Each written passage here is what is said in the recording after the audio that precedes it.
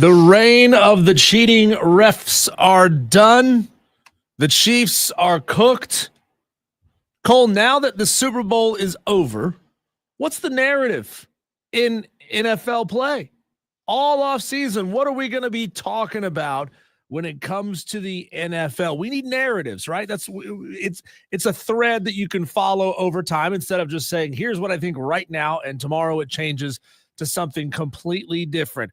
Are the Eagles set up to be the next dynasty franchise? Are the Chiefs done? Is Patrick Mahomes wife gonna leave him because he can't win big games anymore? What are we gonna be talking about in the offseason? It's Wire to Wire with Diesel and Cole Bryson, you Tolos who have turned it on and are gonna leave it on for the entire show. Guess what? You have a chance to score a sweet trip to Las Vegas and $20,000 cash. We'll explain more about that a little bit later on in the show, or you can hit up the fanupstate.com right now and get all the info. But Cole, looking around, the teams that won their divisions have some major changes going on. Nobody is really unscathed this offseason. Yeah, what is Mike Greenberg going to do, right? What is Stephen A. Smith going to do? That's basically the question that you're asking. I say good. I say I'm glad there's not a narrative that surrounds us right now when you talk about the NFL. And you know what, Diesel? I don't know that that's necessarily a bad thing.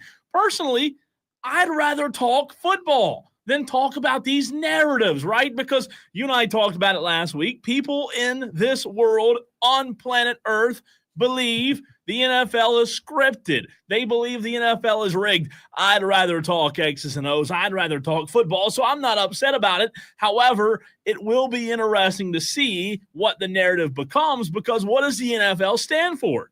Not for long. There's always something else, right? There's always something, a new story that comes along, and I'm looking forward to it. Are the Chiefs cooked? Are they done? I don't know but I do think it's going to be a fun offseason. I thought you were going to break into that 80s song, There's Always Something There to Remind Me. No, I mean, maybe the narrative. How's that go? There's always something there to remind me. Boom, is that on boom, Friends? Boom. No, that's a different song. It sounded like No. Friends is, oh God, who's that song. But does it not sound similar, though? No, it's not even remotely. Are you sure about that? No, we can't play them over the otherwise era. Otherwise, we're going to get a content strike. You're just going to have to take my word for it. I'll believe you. No, I think the answer, Cole, is the narrative is right now there is no narrative, and that's a good thing.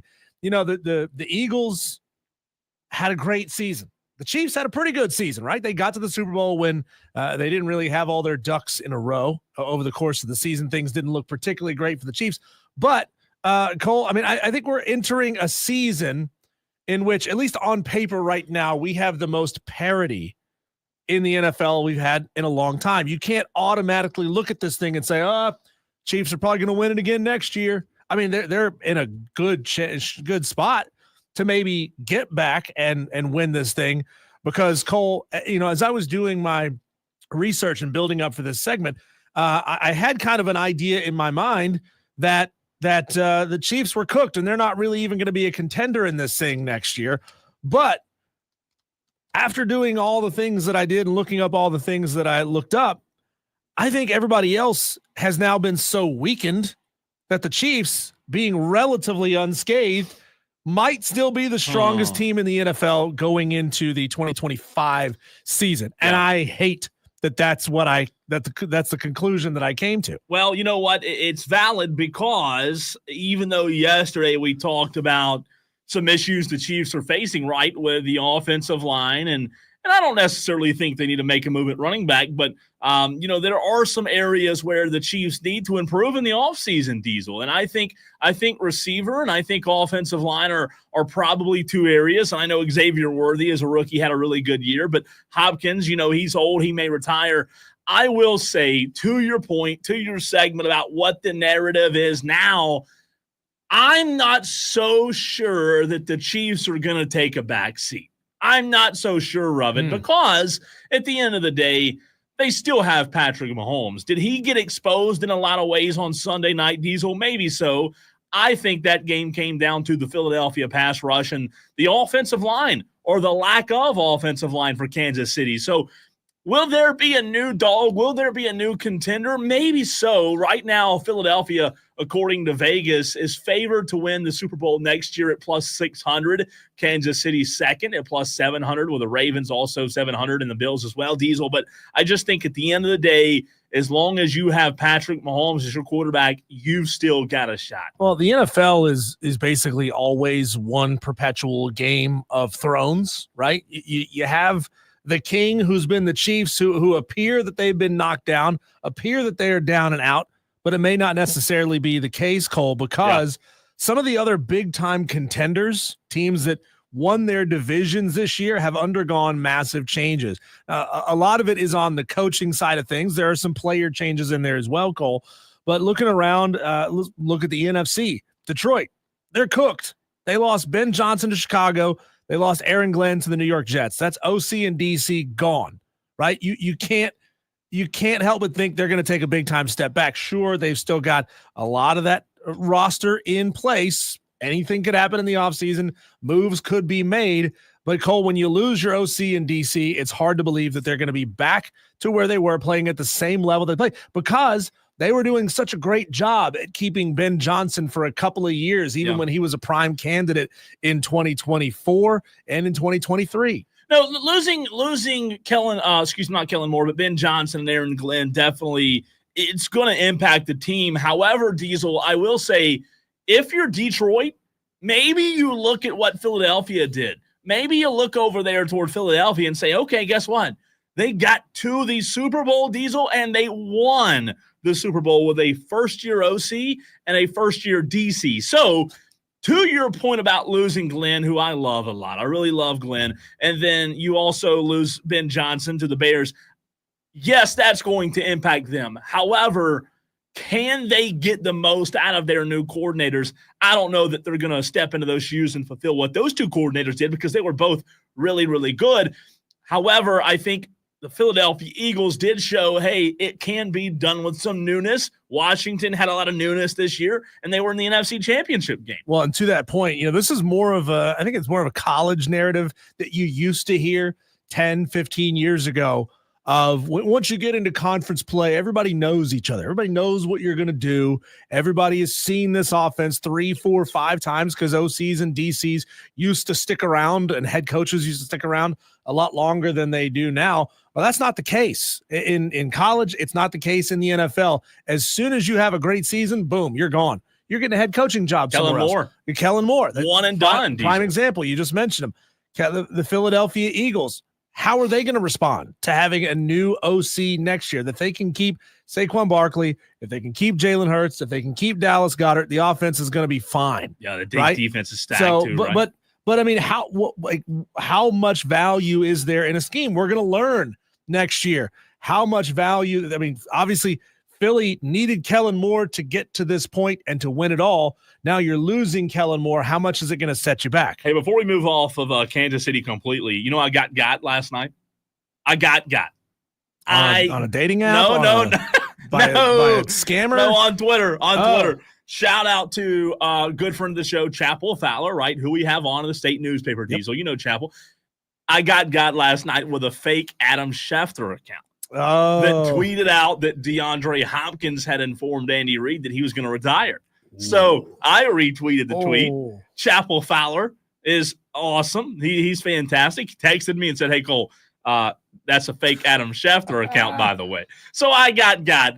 Who knows if DeAndre will stay? If he does, Kansas City might have to find another wide receiver. But it is really interesting, though, when you talk. I mean, I don't know that this is a record, but all the coordinators shift, man, it seems like a lot for one offseason. Well, to run through them quickly, and we don't really need to spend time on every single one of these teams. Again, these are the 4 division winners in the NFC. The 4 division winners in the AFC are having a ton of changeover. Also, Ben Johnson going to Chicago. Yep. Aaron Glenn going to New York. That's Detroit. From Philly, Kellen Moore's going to New Orleans. From Tampa, Liam Cohen's going to Jacksonville. The LA Rams, as of right now, are still fairly unchanged with their coaching staff, but they've got a really old quarterback, and his number 1 target, Cooper Kupp, likely headed out of town. So the Rams very well could be a team to watch out of the NFC, simply because they haven't seen a ton of changeover in the coaching staff. But again, they have question marks with an old quarterback and now needing a new target number one for their quarterback. From the AFC, Cole, the Bills fired their special teams coach, Matt Smiley, and could lose their director of player personnel to the Jaguars. So some big changes there in Buffalo. The Ravens have lost their DC, Mike McDonald, to Seattle. They've got a new DC in Zach Orr. The Texans parted ways with OC Bobby Slowick and offensive line coach Chris Strausser. I mean, I think that's going to be a big-time improvement for the Texans. So look out for the Texans next year.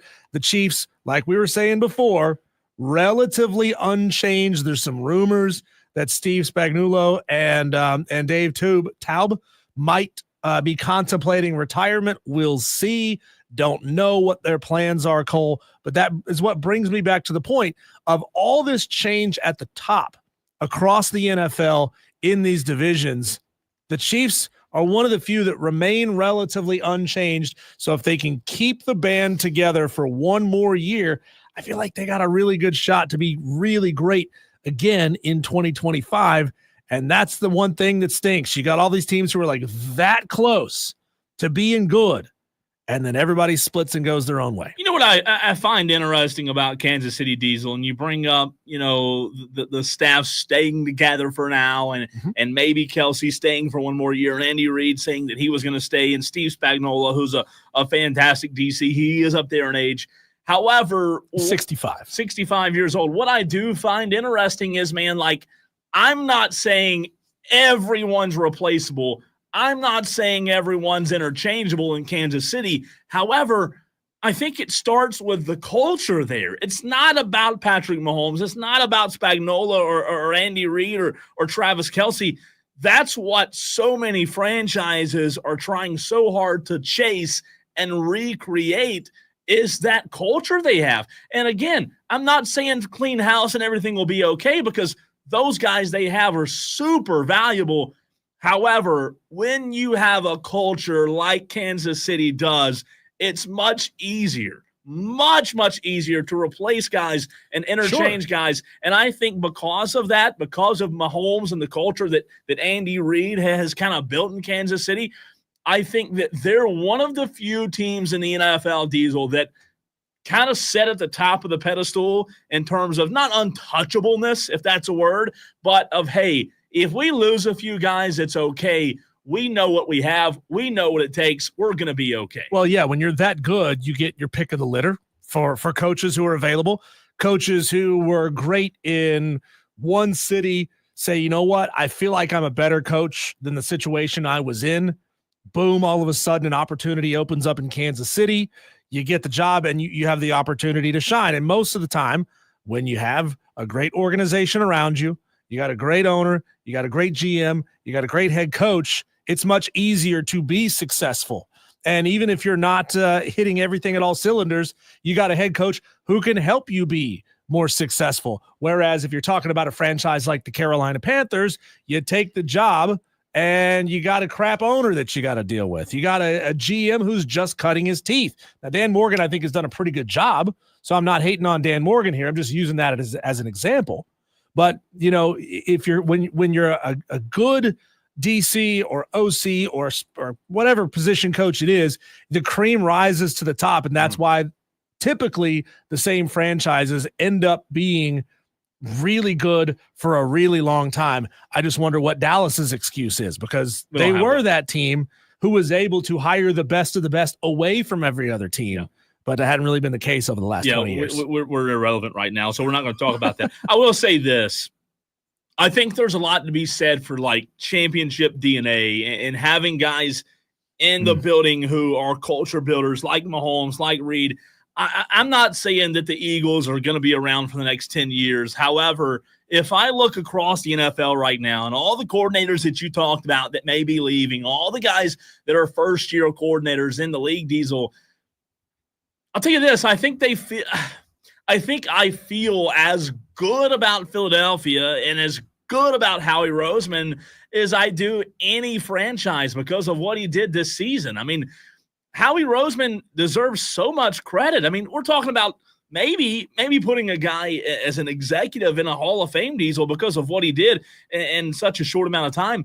Nick Foles took him to a Super Bowl. They've just been so consistent. When I look at the landscape now of the NFL, of course the Chiefs are going to be there because of Patrick Mahomes, but I don't know. There's a feeling that I have that the NFC East, and again, not my Cowboys, even though I'm wearing a little Dak Prescott flavor today. I don't know that the NFC East is going to take a back seat anytime soon.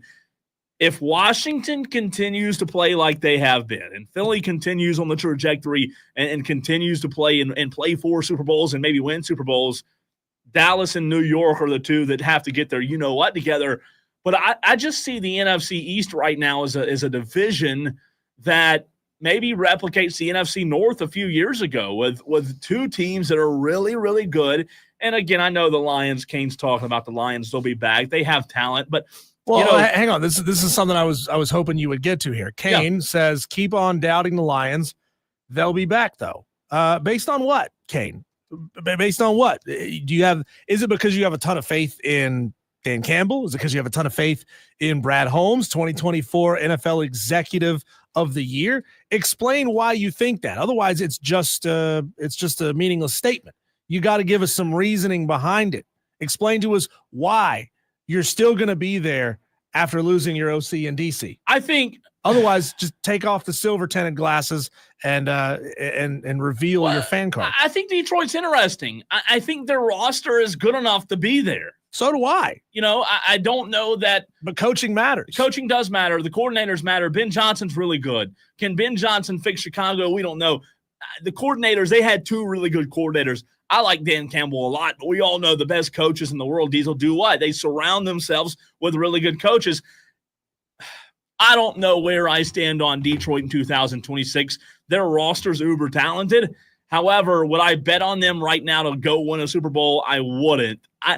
I still think the injuries cost them a lot this year, especially in the secondary defensively. I just don't know that they have the dudes on the interior to get it done week in and week out in the postseason. Maybe I'm wrong, though. Dan Campbell, it's hard to bet against that. It'll be interesting, though. Reminder to you, Tolos, tomorrow night at 6:30, we're going to give way to Furman basketball. Dan Scott on the call. They'll be taking on Mercer at Bon Secours Wellness Arena. I'll be heading there as soon as this show is over. So I think, hitting the eject button at 6:30, Cole, I think I can get there by 7 o'clock for tip-off. Get where?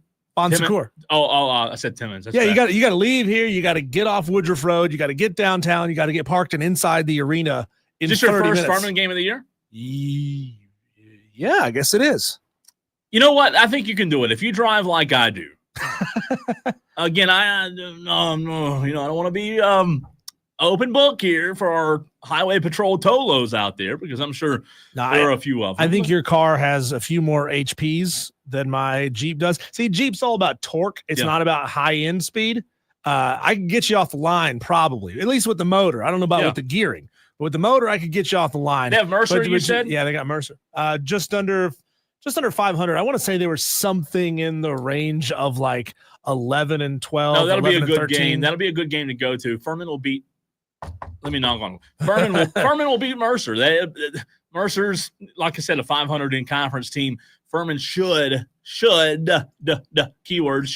take care of business. That'll be fun. I have not seen Furman play this year. I go to a lot of Wofford games because, in Spartanburg, but I hadn't seen Furman this year.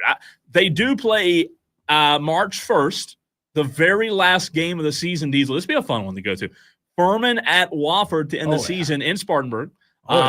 Saturday, March 1st at like 2:30. That'll be a good one. Bury this thought in the back of your mind, Cole.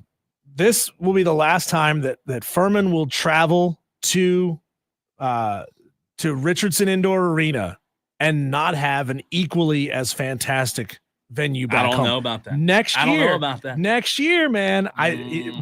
To listen to, like, Dan Scott told me he hasn't even been in the new arena to see the progress of the construction. That thing over there in Spartanburg, it's phenomenal. I get it, but Cole, you get inside, it's a beautiful palatial venue inside there at Richardson.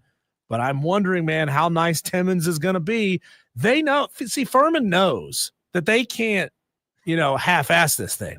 They know that they can spare no expense, because if they do, if it comes across looking cheap, people are going to say, it's still not Jerry Richardson Indoor Stadium. Yeah. I got to defend my Spartanburg. I got to, I'm the Spartanburg representative on the show. You're the Greenville representative.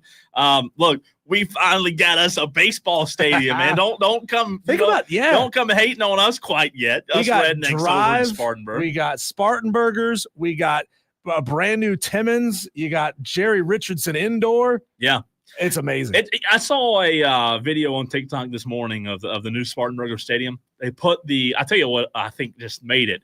The field turf, still has a little bit of ways to go, but Diesel, the red scripted Spartanburg behind the backstop at the very top. Have you seen that yet? I am going on their Facebook page right now. It looks great, man. Was it on their Facebook page? Where was it? I see it. That's great, man. Wow, that's telling cool. You, that is a good addition. That is a cool addition. Amazing. I'm excited. I grew up in Spartanburg, been there my whole life. I'm really this is cool, man. We the biggest thing we have is a freaking Brewsters, I mean, it's exciting for us over in Spartanburg. But do you not believe that Hub City, when they were putting this thing together, the Texas Rangers, you telling me they didn't Google photos of Fluor Field to see how nice it was and say, you know what?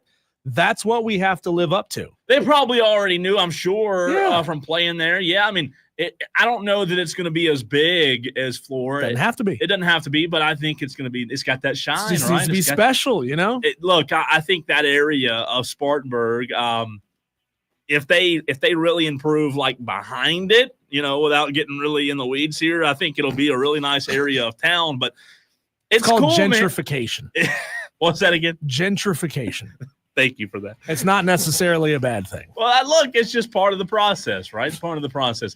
Welcome into Wire to Wire. Appreciate you, Tolos, already in the very first segment for getting in on the action on the stream. 71 so far on YouTube, Twitter, and Facebook. Let's go to the association, Diesel, from one pro franchise or pro league to the next. The Lakers, Luka, debut last night. Could they be a contender? Plus, we look around the league. With 30-ish ISH games left in the NBA, who do we think is the contender, is the front runner right now? I want to hear from you, Tolos, as well.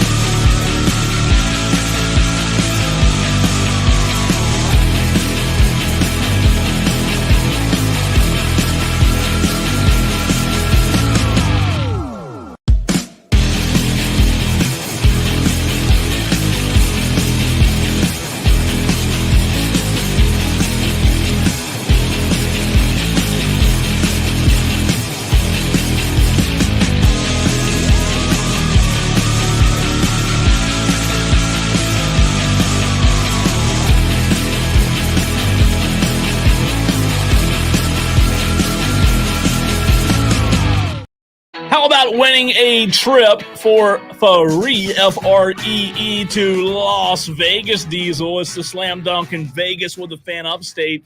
Yeah, we're giving away a trip. That's right. You Tolos. I'm talking to you, driving down the road right now in Spartanburg, in Greenville, and Anderson, wherever you may be listening on the Audacy app. You have a chance to go to Las Vegas with 3 friends and $20,000. All you have to do to enter is download the free Audacy app, AUDACY. Log in. Listen to the fan Upstate for at least 1 hour a day to enter. You enjoy the first 2 rounds of the college basketball championships while staying at the Circa Resort and Casino in Las Vegas, premium sports viewing destination, and visit the biggest March hoops party at Stadium Swim. Good luck in this national contest, Tolos. Turn it on, leave it on for your chance to go to Viva Las Vegas. You know, I want that for no. Well, yes, I do. We can't win it, unfortunately. Them's the rules. But I want that for Brian Pettit. I want that for Kane, a P1 Armada elitist. I want you guys in a swimming pool with a drink in your hand, with a bunch of beautiful ladies wearing bikinis all around you, watching college basketball in the tournament. Be great. That's man. what I want for you in your lives. So if you haven't yet, Brian, Kane, both of you, download the free Audacy app, sign in, just listen. Like, it's 3:30. Listen until 4:30 on the app. You can still be here watching the stream. You can mute it for all I care. Just have it running, and you will be entered into this contest. I want that for you in your lives. Corn Chip on the text line, Diesel, going back to our conversation about the Spartanburgers, says, I'll make it out to a Wofford or Spartanburger game just as an excuse to get to the Beacon. Probably the closest thing to the varsity I can get up here. The varsity's overrated. Say closest thing to heaven. Yeah, the varsity last few times I've been in Atlanta, man. I've never been to the varsity. I've been to the Beacon. Don't waste your time. Hey, you know what we should do? Go to the Beacon? Besides that, Saturday, March 1st. We've been talking about this a couple of weeks ago, in fact. We have not done, we're coming up on our 1 year on air. We hadn't done a true Tolo hang, right? Where we invite the Tolos out to come hang. We should do a Tolo hang, Wofford Furman, March 1st. Ooh. Little lunch before, Spartanburg somewhere downtown. Yeah. Go over to the Wofford Furman game. Tolo hang. What do you think, Tolos? Let us know on the stream. There's 76 in the stream right now. Also on the text line, 844-326-3663. Speaking of slam dunking in Vegas, Cole, how low do you think someone would have to adjust one of those 10-foot rims for you to actually be able to dunk it? What height of goal do you think you could dunk on? Size of that, or the height of that TV, probably. I mean, this can't is what we need to do. Mike Man can't jump. We know, Cole, can you take your headset off for just a second? I want you to come over here and behind me. I'll slide out of the way. I just want to see if you can actually touch the ceiling. All right, I can touch the ceiling. Ready? Oh God! What did you do? Okay, go back behind your console. We'll fix that later. What did you do? We broke it. Look at that. I honestly didn't broke the ceiling. I honestly didn't think you could get off. Did we break it? No, you just tilted it. It's fine. We'll fix it later. God. That's what happens when you doubt short white people. So that is what happens. And you can see it on the stream too on your camera. So that's that's probably obviously a 15-foot high ceiling. You could totally dunk it on a 10-foot goal. Yeah, I mean, I literally touched the water pipes up there just now. Now I'm. Are you okay? I'm out of breath. Is your Achilles going to be okay? Water. Let me get some water. I need a water break. We got a commercial break. I genuinely didn't think you were going to get that high. Oh. Well, now we have a broken ceiling top. You realize that Steve, our boss's office, is directly below the studio, right? He's going to hear that. He's going to come bursting up here. What the hell is going on? He's probably not here. Bosses don't show up to work. He's probably not here. Welcome to the stream, James. First time what's up? We've had you. He was in yesterday. Was he? Okay. I recognize the Jalen Hurts. What's up, James? Welcome Kane back. says the folks downstairs will not be happy. Thanks, Kane. Appreciate that. Texter from the 696 says, meet at Freight Yard for Tolo Hang. Have you been to the Freight Yard, by the way? No. Oh, it's great. I don't know about the Freight Yard. It's great. Let's go. Big TV. Okay. One big TV. It's great. You know what, Texter, you might be onto something there. What do y'all, if we have enough Tolos that commit to it, I think it's a good idea. Tolo Hang, Walford Furman, go watch a little basketball. We're playing basketball. I love that song, man. That's such a good song. It's good. Dewey on the text line says Cole is going to get fired for destruction of company property. Yeah, it could be.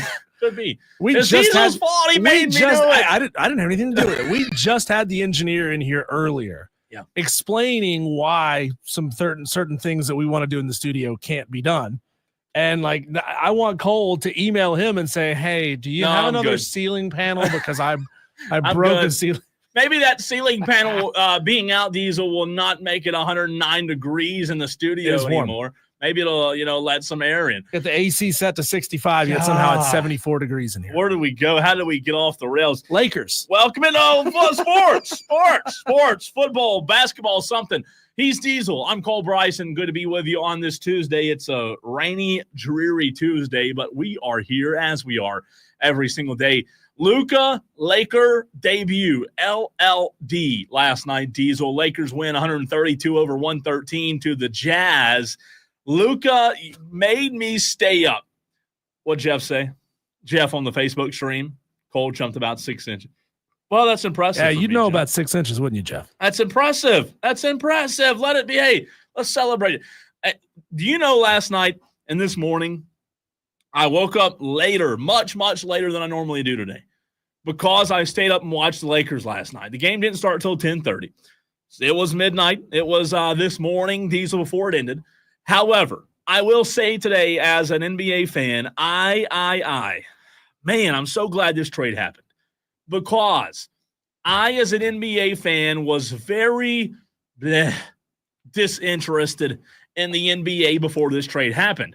However, here I am last night on a Monday night, staying up until 10:30, till midnight, till 12:30 to watch the Lakers and the Jazz, because Luka makes his debut.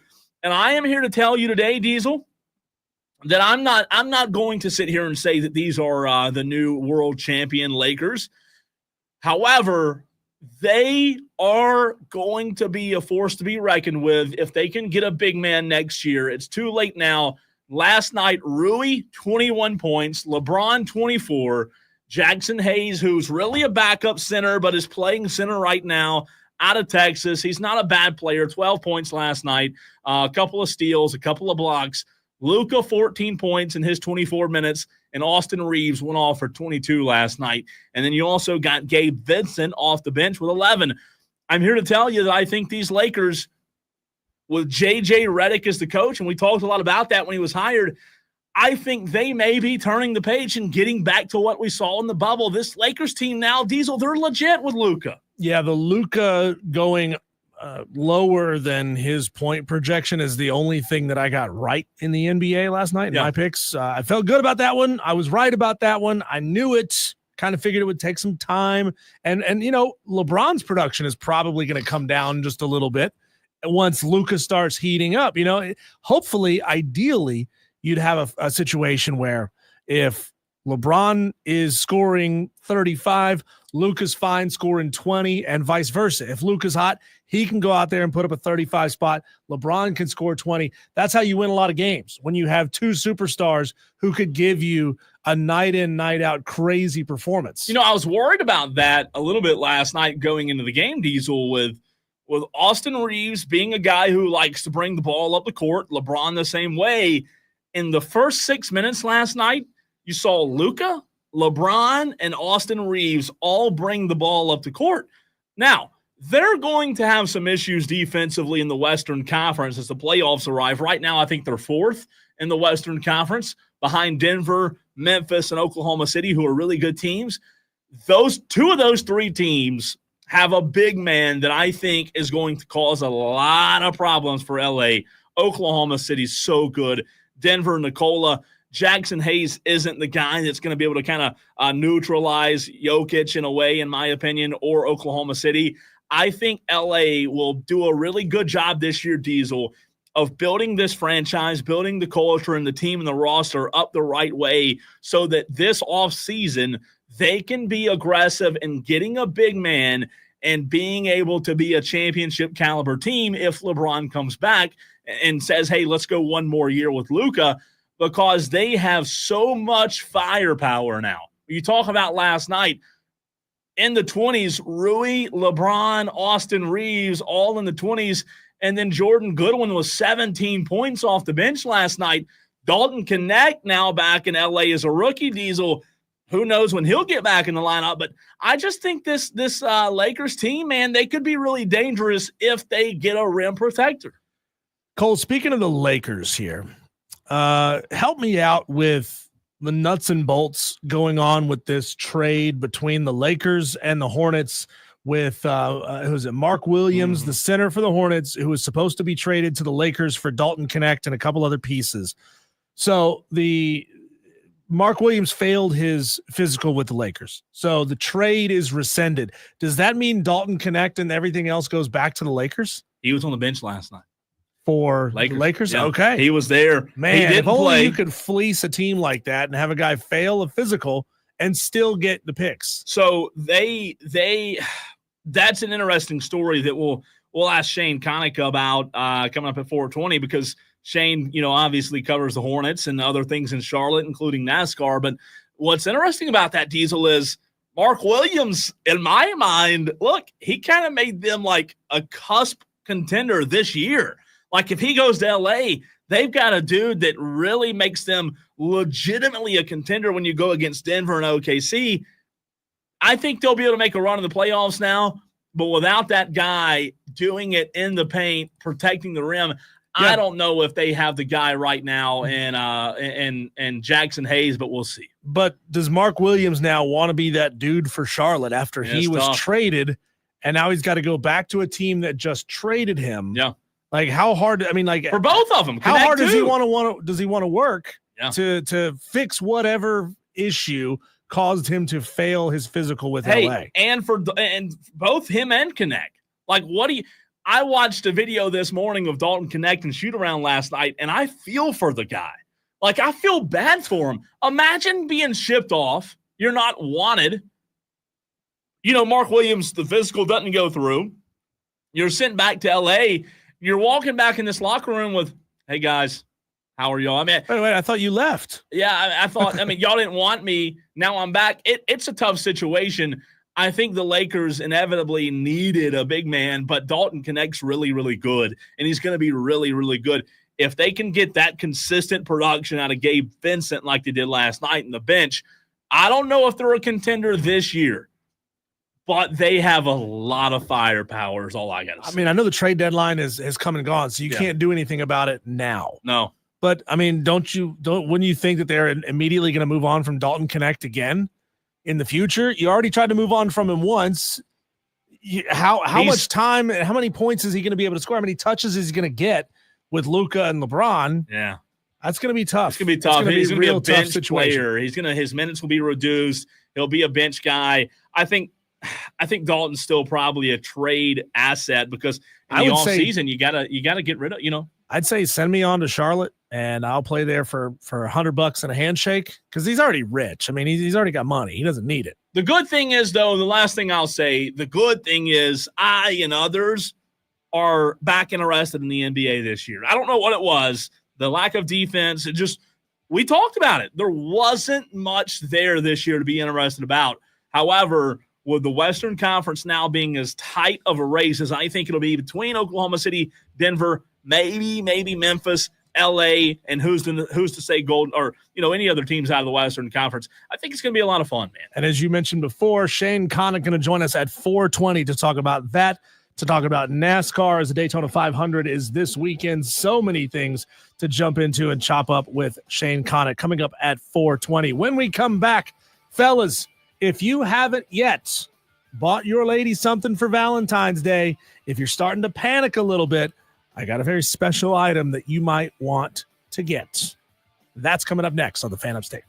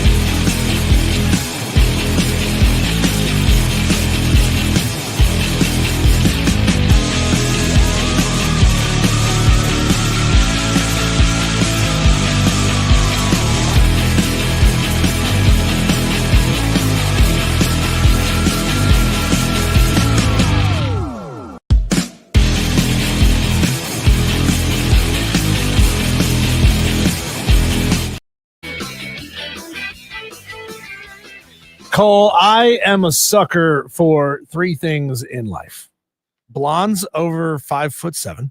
Okay. Alliteration. So, like, if you got a team name that like starts with the same letter, like the Memphis Munchies, if that was the name of the baseball team, I'd buy a hat for the Memphis Munchies every day and twice on Sunday. I'm also, Cole, a sucker for elite level viral marketing, and the Domino's franchise, not the franchise, the Domino's corporate entity, The pizza place. and yes, the pizza place in Ireland, Cole, has launched a brand new, just in time for Valentine's Day, pepperoni inspired perfume. Ooh. Yeah. Wow. So I don't know about you guys. I don't know if you Tolos already have all your Valentines figured out. I'm doing, my wife doesn't want gifts. She wants flowers. So that's easy. Good Right? one. Flowers is easy. We're also taking a 3-night ski trip starting on Friday. You know I'm going? I'm gonna have to fit you in the suitcase, but you know what? I'll poke a couple air holes. I'll unzip it a little bit, let you get some air in there. But Cole, it is here's what they're saying over there. This is the people of Domino's Ireland. As a matter of fact, let me just play you the commercial for it first, so everybody can get a sense of what's going on here. Out of Passion, the new scent from Domino's. True passion in one bottle for this Valentine's Day. What did he say? Smell that? Ball. It's not bad, that. Starving, I am. Out of Passion captures the warmth of freshly baked dough with a hint of pepperoni. And I'll tell you what, it's not bad either. Head over to dominospassion.com to be in with a chance of smelling like a legend. Out of Passion. Use our mad Domino's. I understood about a third of what that guy said. Can we get Odie in here to translate what's going on? I just typed it in. Ode to Passion. He said bottle. Bottle. Yeah. So the Domino's Ireland chief perfumer and head of marketing, this is a hard name, Eoin. That's it. Eoin. Eoin Corrigan said, "We're extremely proud of our Ode to Passion, our first foray into the world of perfume. This new launch is not to be sniffed at, and we know it'll be a huge hit with the public." Wow. To be honest, Cole, like, you know that smell when you go pick up a pizza and you have the pizza in your car for the 10, 15 minutes to get it home. Yeah. And then like the next day, your car still smells like pizza. I'm in. I'm in for like a Domino's pizza air freshener. Come on. If my car could always smell like pizza, I would love it. I think you're one of the few who loves the smell of pizza. I don't want that thing lingering around, man. No. Would you want your wife to smell like pepperoni pizza? Yes. Yes. So this is more from Eoin. We've crafted the fragrance with the perfect blend of rich, smoky pepperoni essence, melted mozzarella undertones, and a subtle hint of Domino's signature tomato sauce. What's not to love? Because everyone knows that the Irish are famous for two things: boozing and perfuming. Do we know that this is legit or is it a gag? It's on the internet, so it's got to be real. You can actually order it, is what you're saying. You can literally order this. It's in a limited edition, triangular shaped bottle, a nod to a slice of pizza. Yep. And the fragrance is sure to be a massive hit with pizza lovers who can now smell exactly like their favorite food. I don't know, man. I've always thought those that take their wives or girlfriends or whatever to Waffle House on Valentine's were a classy bunch, but this may top it. This may be classier than those. Well, to tell you the truth, man, I bought my wife a very nice bottle of perfume. I want to say it was for Valentine's Day last year. It could have been for Christmas last year. I don't know. Pepperoni? And she just found it. Oh, she misplaced my very nice bottle of perfume, but she will never forget the pepperoni perfume. Never. No, she shouldn't. I mean, it's unforgettable, as they say. And speaking of Valentine's, you're going snowboarding. Yeah. You're leaving me here with the Tolos. We'll see if we can stay supervised. Try not to break any more ceiling panels. Yeah, that's going to be bad. Me and the Tolos, alone without supervision. It might get dicey Friday, but we shall see. What was not dicey, Diesel? Clemson, North Carolina last night. A blowout from wire to wire, start to finish. Clemson dominates the Tar Heels. Also, we'll get into the top 25 that came out yesterday as well, Tolos. That's next.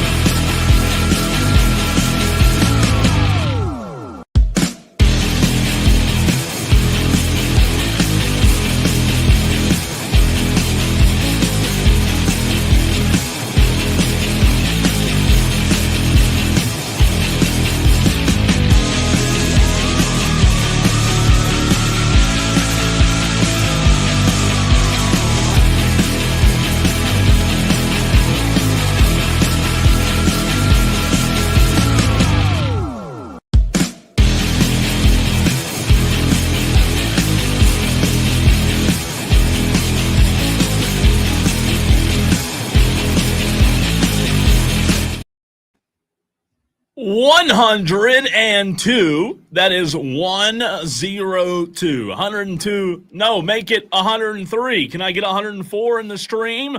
103 Tolos right now in the stream. Twitter, Facebook, YouTube. Not only can you listen to Wire to Wire on 97.1 Spartanburg, Diesel 97.7 Greenville. You can listen anywhere on the Audacy app, AUDACY, but you can watch the show. You can see Diesel's beautiful face, my beautiful face on Twitter, Facebook, YouTube, every single day from 3 to 7 p.m. right here in the upstate of South Carolina. So good to be with you. Welcome into Wire to Wire. He is Diesel. I'm Cole Bryson on this doom and gloom Tuesday, but there's no doom and gloom here. There's no doom and gloom regardless of what the weather is. Not on this station. Other stations out there, maybe so. Maybe they just are blah. We're not that way. We're energetic. We're fired up. Diesel Clemson with a big win last night over UNC in a span of 3 days. Clemson defeated North Carolina and Duke, and what a season for the Tigers as they now have defeated Kentucky, Duke, and North Carolina all in the same season, a feat that has not been done since Maryland in 2001 and 2002. And add on to that, Clemson's 85-65 win over North Carolina matches the Tigers' largest margin of victory against UNC, tying the 20-point win over UNC in 1976. Diesel, this also marks the first time Clemson will finish a regular season 4-0 versus Tobacco Road in the regular season. Do the Tigers own the state of North Carolina? Yeah, they clearly do. They've planted the flag. You're not coming onto our mountain. You're not taking it away. Clemson deserves a lot of credit for the way they played against the typical powers. Now, only one of them is still a power. I mean, let's be real. Wake is not what they once were. Yeah. NC State is not what they once were. North Carolina is not what they once were. Cole, you look at the remaining schedule for the Clemson Tigers. They only play one team down the stretch that has a winning record. That's going to be on the road at SMU. Crazy how SMU can join the conference at exactly the right time, be great in football, and be really good in basketball as well. Yeah. I bet you they didn't have that on their bingo cards, being good at both major sports in their first year. But outside of that, Cole, Clemson's going to be facing basically themselves down the stretch. Can they live up to their hype? Can they keep it together and not drop another one? Because, Cole, I'm sure you do as well, and a lot of our Tolos, have accounts with ESPN. I was getting pop-ups this morning saying Clemson is becoming a bubble team for a tournament lock. So no matter what they do going down the stretch, they'll be locked into the NCAA tournament. I don't want Brad Brownell's team to get high on their own supply and to be feeling themselves a little bit too much and, I don't know, drop one to Florida State, which you should not do. No, you shouldn't. You shouldn't do that. You shouldn't drop one to Georgia Tech, but things happen, right? It's basketball. You never know. Brad Brownell last night, though, this audio courtesy of Chapel Fowler of the state newspaper, spoke about the top 25 rankings, which we'll get into in just a second. It's good for the program. I mean, it's just good for the PR and all those kinds of things. I'm sure the guys enjoy that, but I don't think we all lose a lot of sleep over whether we're, getting votes and on it, in it. We certainly want to be in it because that means we're playing well and we're winning. And, we want to rise in the rankings because that means we're going to continue to win games. But, at the end of the day, I think we keep trying to get better, play good basketball, obviously putting ourselves in a position to have a chance maybe to do something special. And, so they certainly are aware of things like that, but I don't think we waste a lot of time on it. Diesel, the Duke win was impressive by itself, right? But I'll tell you this, man, the way they responded on a short turnaround, and I know North Carolina had a short turnaround too, but the way Clemson responded on a short turnaround after beating Duke in you and I talked about it last night, that game was never close. No. They mollywopped North Carolina. No, North Carolina got a 1-point lead kind of midway through the first half. Yeah. And then Clemson turned it on. The defense went lockdown. I mean, North Carolina could not do anything against Clemson's zone. They just put the clamps down. And you and I yesterday, who did we talk about a lot? We talked about for Clemson, Victor Locken. Well, what did he do last night? Did he show up? Was he consistent? Yeah. He drained 4 threes in the first half. 22 points for Victor Locken, 9 of 16 from the field. You mentioned the threes, Diesel. How about 4 of 5 for Victor Locken last night? 3 defensive rebounds, 3 offensive rebounds, 5 blocks. 5 blocks. That's incredible. Victor Locken last night. And I know Chase Hunter was good, as he always is, but Victor Locken, we literally talked about it yesterday with him kind of heating up. Diesel, this team, what did they do last year that made them dangerous? They squeezed that orange and got the most out of P.J. Hall down the stretch. And P.J. Hall, yeah, they were talented last year, but in my mind, P.J. Hall is what really elevated them to have that run in the postseason. Victor Locken's, he's ringing the bell, man. He's answering the call. They're dangerous right now. Well, in Clemson last night, they played a lot of guys off the bench. I mean, that makes sense considering they had a short turnaround after a big emotional win against Duke. They played, trying to do the count here, 2, 4, 6, 8, 10, almost 12 guys, 2, 4, 6, 8, 10 guys, 10 guys off the bench. Jake Heidbritter got some significant minutes, 17 minutes for him. Chauncey Wiggins put up 16 minutes and 9 points. I mean, he was a monster coming off the bench. I keep harping on this every time we talk about it. Clemson's bench needs to get some more production. 9 points for Chauncey Wiggins, absolutely fantastic. But if you're going to be putting Jake Heidbritter in there for 17 minutes, he's got to give you more than 4 points, especially when they talk about him on the broadcast as being an elite 3-point shooter. He was not in any way, shape, or form. They got to get Reeves involved. They got to get a lot of guys going out there. I mean, if they can get 2 or 3 or 4 guys to put up 6, 7, 8 points off the bench, they're going to be tough to beat. But as of right now, they are a starting 5 rotation. They're going to have to get everything for you because the bench is not doing a ton. Tell me if this concerns you, Diesel. Tell me if this concerns you, Tolos, as a Clemson fan out there. I will tell you, to your point and comment just now about the bench, I don't think they're going to. I don't think they're going to ever get production. I'm saying I don't think, what do they say, X's and O's are great, but you got to have the Jimmies and Joes.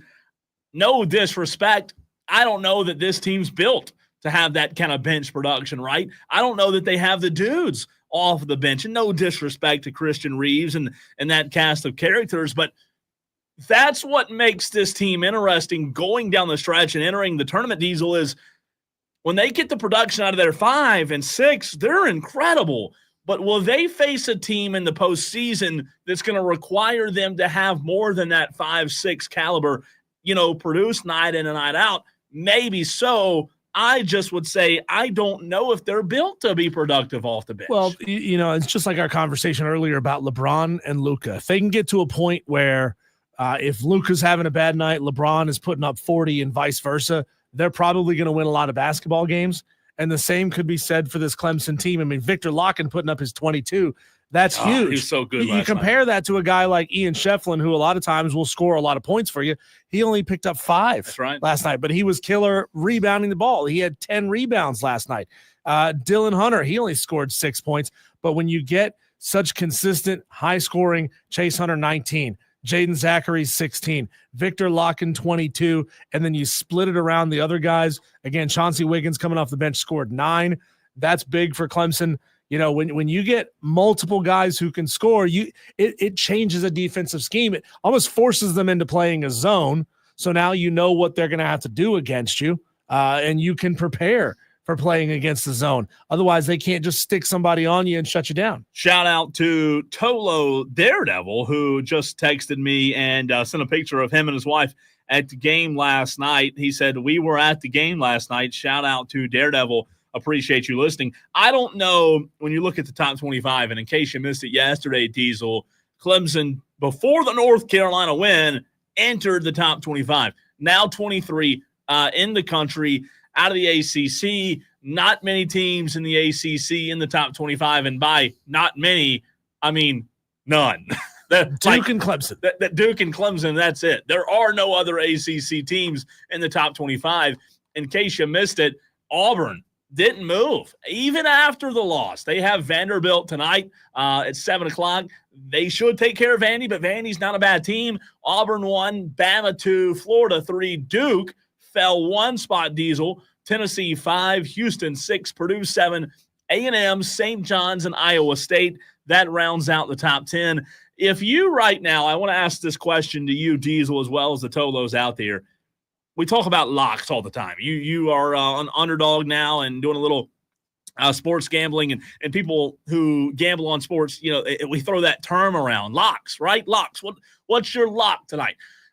Who would you say right now, and I'm not asking you to name all 8, but let's fast forward. Today's the 11th of February. If you were to fast forward to March, Diesel, 1 month from today, and look at the Elite 8 when we find our final 8 teams, who would you, Diesel, Tolos as well, I want to hear from you, 844 fan phone. It's time for all of you Tolos to start paying attention to college basketball. 844-326-3663. Also on the stream, MD75, Kane, and a few others. 142 right now on the stream, Facebook, Twitter, and YouTube.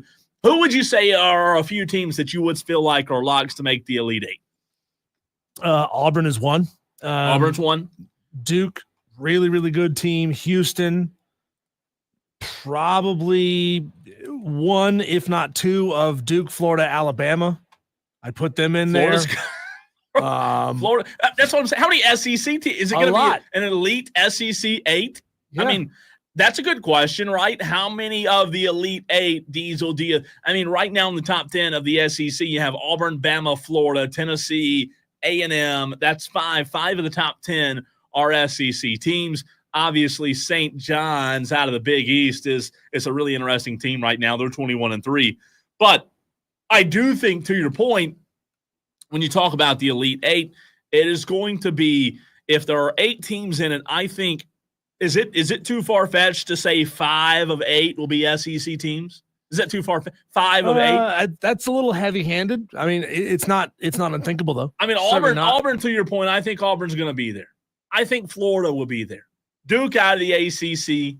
Tennessee's really good. You mentioned Houston. They're really good as well. Maybe not 5. I think the over-under, if it were set at 4.5, would be interesting of SEC teams to make the final or the Elite 8, Diesel. I think, a lot of people might side with you and say maybe 5's too many. Maybe 8 or 4 is the better number. But I just think when you look at college basketball, the tournament itself is going to be interesting because the SEC tournament is going to be a bloodbath. And I'm not saying like it's similar to football where you're going to get beat up in the SEC tournament. You're not going to be as good in the playoffs or in the postseason. But I will say this, those SEC teams, Diesel, that are poised to make a run, they're going to, by the time the tournament gets there this year or gets here, they're going to have put a lot of energy into their games because it's night in and night out in the SEC. They're going to turn around and play the SEC the tournament. You could look at that and say either exhausted by virtue of playing a tough season, playing a tough game night in and night out. You could also look at that and say battle tested. Yeah, sure. They could be. Cole, how good or bad do you feel? You can give me a letter grade. You can give me a 1 to 10 feeling on it. How do you feel about Clemson's chances to run the table and finish the season with 8 straight wins? Because they've already got the Duke and North Carolina wins, and then they play on the road at Florida State and SMU, home against Notre Dame, on the road against Virginia and Boston College, and then home against Virginia Tech. Now, the problem for this team going forward is if you were to drop one of these games, you don't necessarily have a great game or a great opponent to back it up and maybe get some of those points back, because they've only got one more quad 1 game on the schedule. That's the road game against SMU coming up in 11 days. Outside of that, Cole, Florida State's quad 2, Virginia's quad 2, Notre Dame, Boston College, Virginia Tech, all quad 3 games. You certainly cannot afford to lose any of those quad 3 games. That would be disastrous for Clemson's chances. And then, you could drop the SMU game on the road. I don't think a lot of people would look at that and say, well, you suck because you lost a quad 1 game on the road. But if you do that, you have to win. You have to win 5 of the remaining 6. They're 20-5. They're 12-2 in the ACC. They go to your point. They're on the road Saturday in Tallahassee. I think they get that win. I really do. They'll have a little bit of a break. They won by 20, Diesel, just a couple of days ago, or about a month ago now in Little John when Florida State came to town. That game was really not and close. Leonard Hamilton announced his retirement. Yep. They're kind of stick a fork in them, right? Dead in the water. SMU is interesting. They have not played SMU yet this year. That'll be an interesting game. SMU will be. However, outside of that, they may trip up Diesel, SMU, maybe Notre Dame. I probably not. I think they beat Virginia, beat Boston College, and Virginia Tech. I would say of the remaining, what'd you say, 6? Is it 6 games? I think they may lose 1, but I'd be surprised. I really would. I don't know. I mean, who are they going to lose to? Maybe Virginia, maybe SMU, maybe Notre Dame. I would say they have a real good shot to run the table. When we come back, Cole, speaking of running hot, running laps, we're going to talk to Shane Connick of the Charlotte Observer to talk all things Charlotte sports and the Daytona 500. Our conversation with Shane next.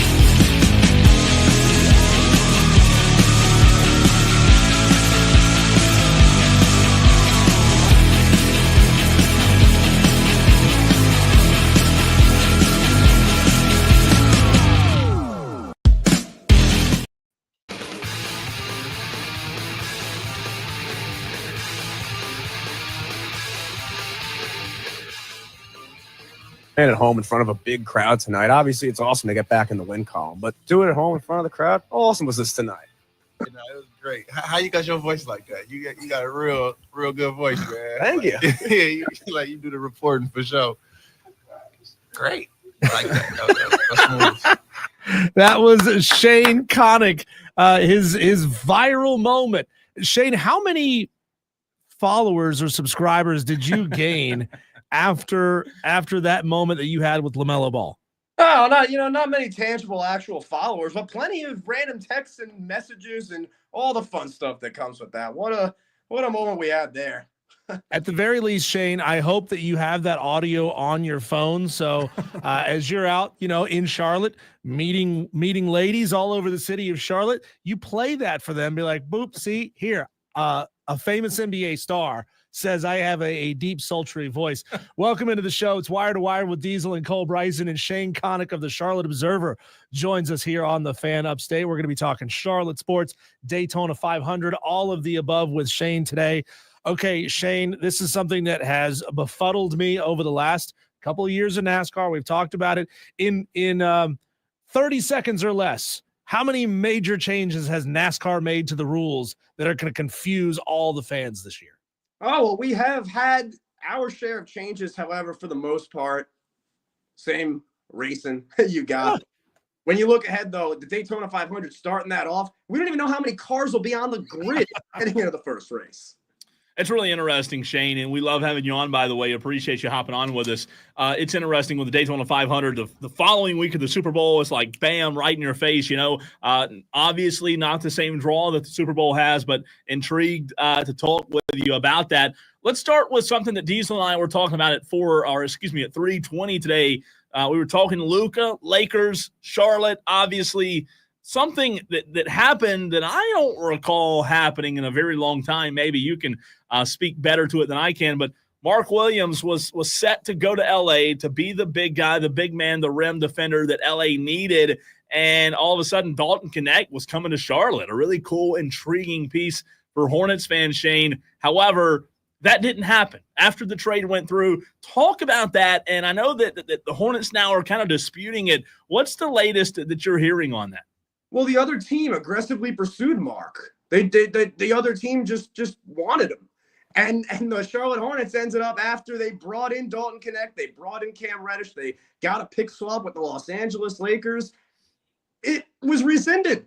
Dalton Knecht had gotten here to Charlotte, had been with these Hornets. When you have these trades that it seems to have fallen through, by the time Mark Williams apparently had that failed physical, for all intents and purposes, the deal had been done. So a really unique situation, unprecedented there, as that trade would appear that Mark Williams will remain in the Hornets core 4.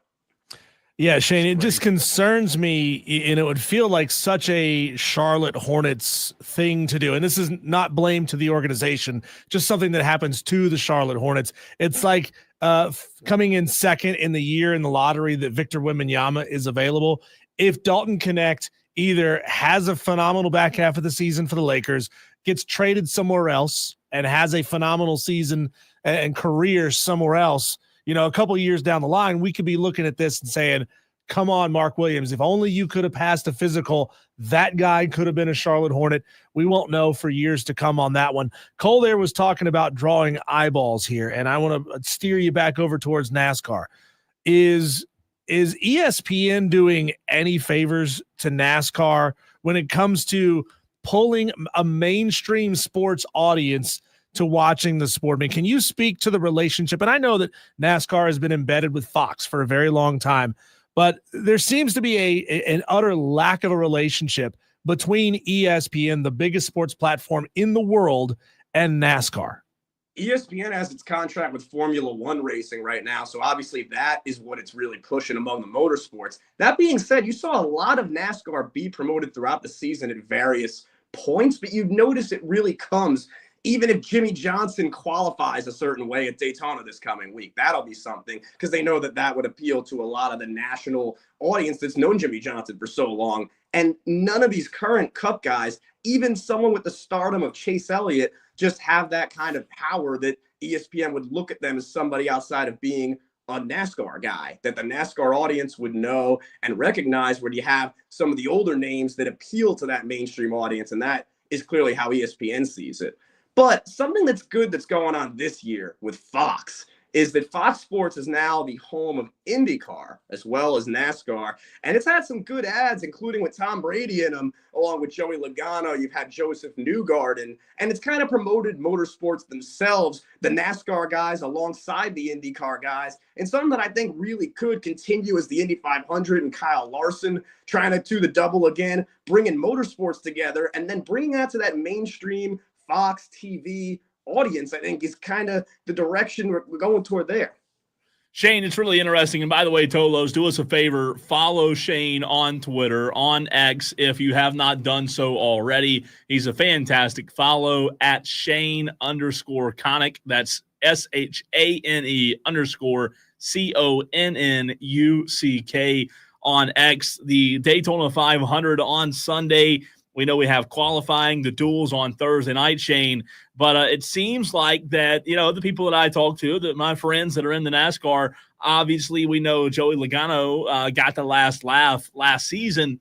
But it seems like all eyes are on Kyle Busch Sunday. Can he finally get this thing done? He's been close so many times. I heard an interview with him on another local station here in the Upstate a couple of days ago. It's just, it's got to be frustrating for a driver like him who's been successful so long and at so many different places. Is he, in your mind, the favorite to get it done Sunday, or are you kind of eyeing someone else?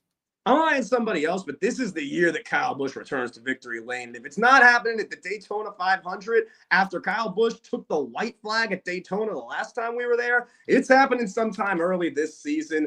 That said, because he was that close at Daytona the last time we were there, there's no reason to think that this isn't the time that the number 8 back with Randall Burnett can find its way back to victory lane. Shane, it's just up the road from you. I don't know if you've had a chance to go check it out or if they even let the public in to see what's going on over there at the Hendrick Motorsports Hexagon Metrology Lab.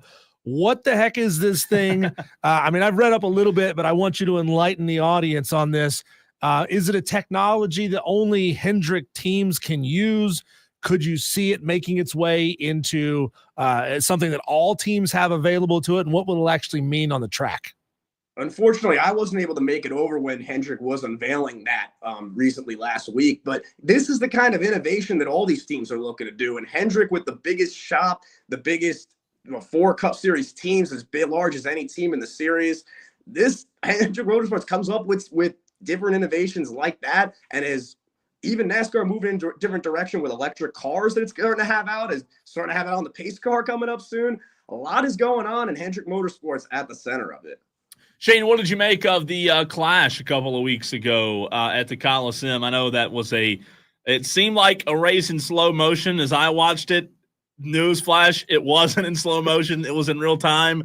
But with it being a short track like that, obviously, Elliott, who was on the pole, I believe, correct me if I'm wrong there, yep, pretty much went wire to wire all the way to the end and won the race. I know there was a lot of talk last year when the All-Star race took place about maybe taking that track and putting it as a points race. And now I've heard some conversation about maybe the Clash, this Coliseum being where the All-Star race is in the future. What's the latest you've heard on that, and also your thoughts on the Clash just last weekend? I think for now, the Clash will be going back to Bowman Gray Stadium. As exciting as the atmosphere that you have there every week of the summer with those weekly races, Winston-Salem State football every Saturday during the fall, they pack that venue. And I don't think it was more packed than it was for the Clash last week, about 20,000 pushing with standing room only. And I think at this point, with NASCAR managing the racing operations at that track through 2050, that could be the home of the Clash for a while. Continuing to have the All-Star race at North Wilkesboro, bringing Xfinity Series and trucks back to Rockingham Speedway. NASCAR is finding ways to revitalize these tracks. And when you have something like the Clash that you were able to bring to the Los Angeles market, having a venue like the LA Coliseum the past few years, to now bring those 20,000 people in the heart of racing country, a great venue for a great preseason event in the Clash.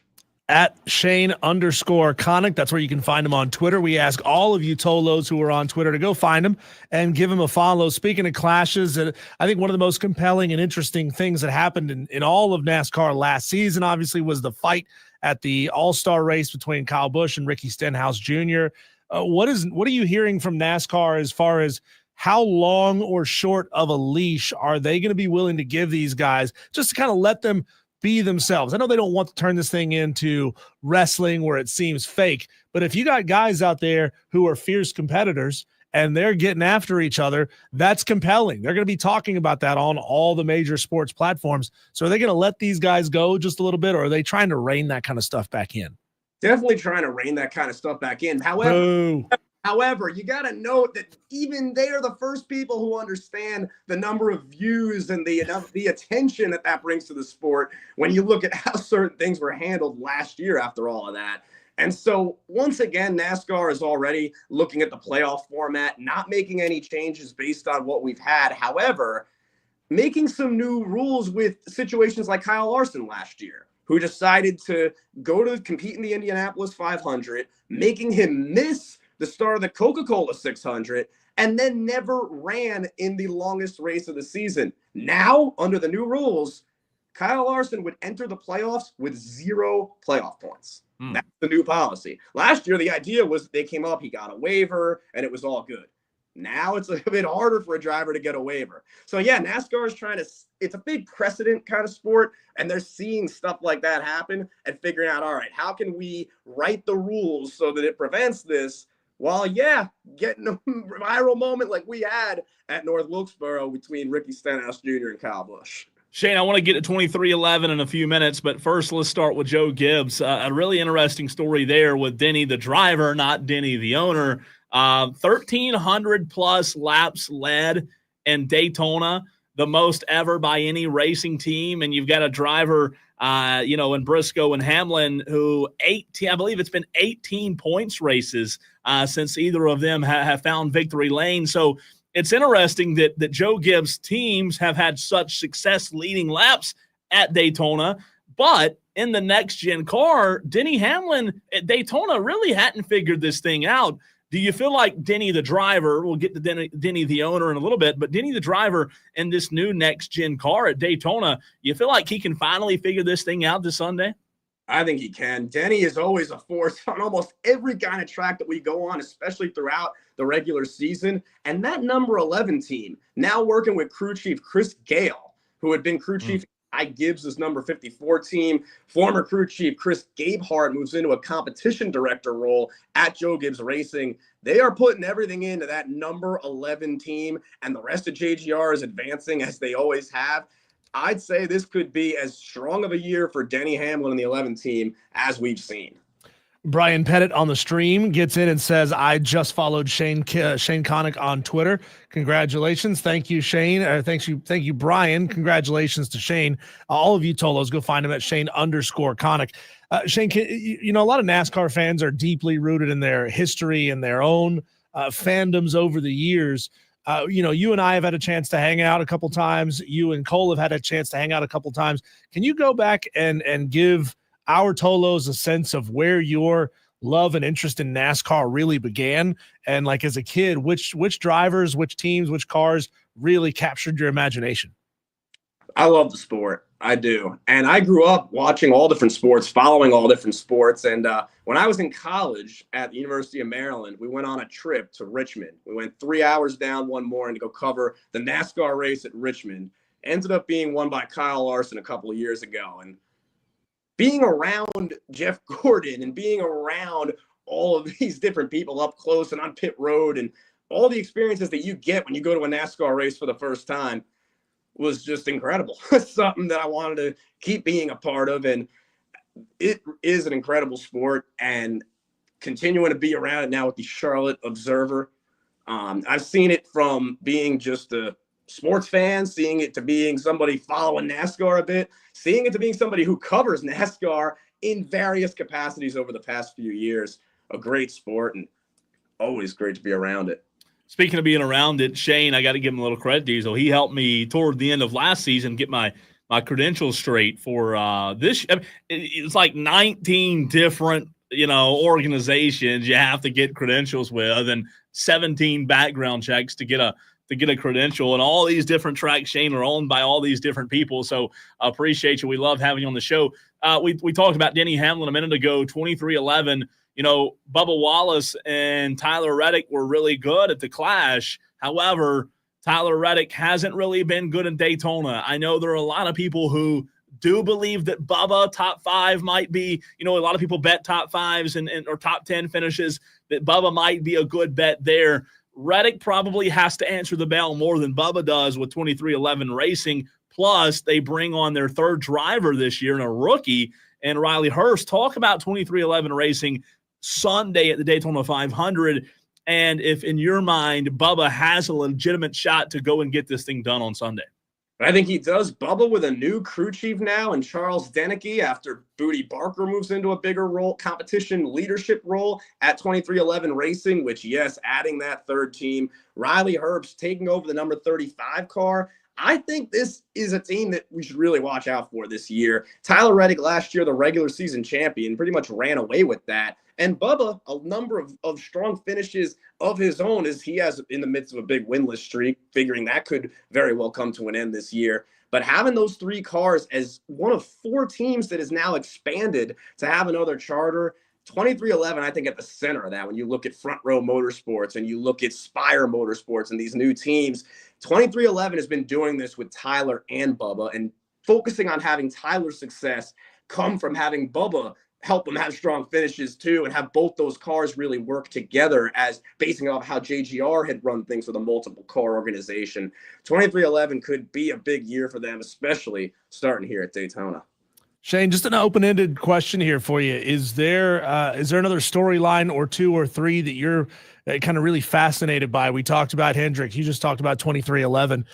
Is there anything else that really has captured your attention and saying that could be something worth following over the course of this season? Yeah, a little bit aside from the on-track activity, but on August 2nd, there will be a Major League Baseball game at Bristol Motor Speedway. The Atlanta Braves and the Cincinnati Reds will play the first regular season MLB game in the state of Tennessee. Obviously, the racetrack that hosted the Volunteers in Virginia Tech and what shattered the college football attendance record could do the same thing for Major League Baseball, and could be the start of something really cool. Absolutely. And before we let you go, Shane, we're going to put you on the spot here. Who wins Sunday? Ryan Blaney is getting his first win at the Daytona 500. I like it. Ryan Blaney is Shane Connick's pick to win on Sunday. Shane, we always appreciate you, man. You're the best. We'll talk to you soon. Always appreciate you guys. Let's do it again real soon. Shane Connick, the Charlotte Observer. He is fantastic. He really is, man. He's so good. And like Diesel said a minute ago, like I said, if you have not done so already, give him a follow on Twitter, on X, at Shane_Connick. Really good information, not just throughout NASCAR season, Diesel, but in general, man. And every now and then he goes viral. Every now and then he has, Lonzo Ball talking about him. Shane's got more viral moments than I have this year, so he's got one up on me there. Shane's fantastic, man. Limestone University here locally doing a push for their athletics. We talk a lot of local college flavor on the Fan Upstate. I'll be over at Limestone tomorrow as they're having a big ceremony for a new fundraiser going on at Limestone. Haley Martin, the AD, I talked to her yesterday evening about what's going on. That interview, is next.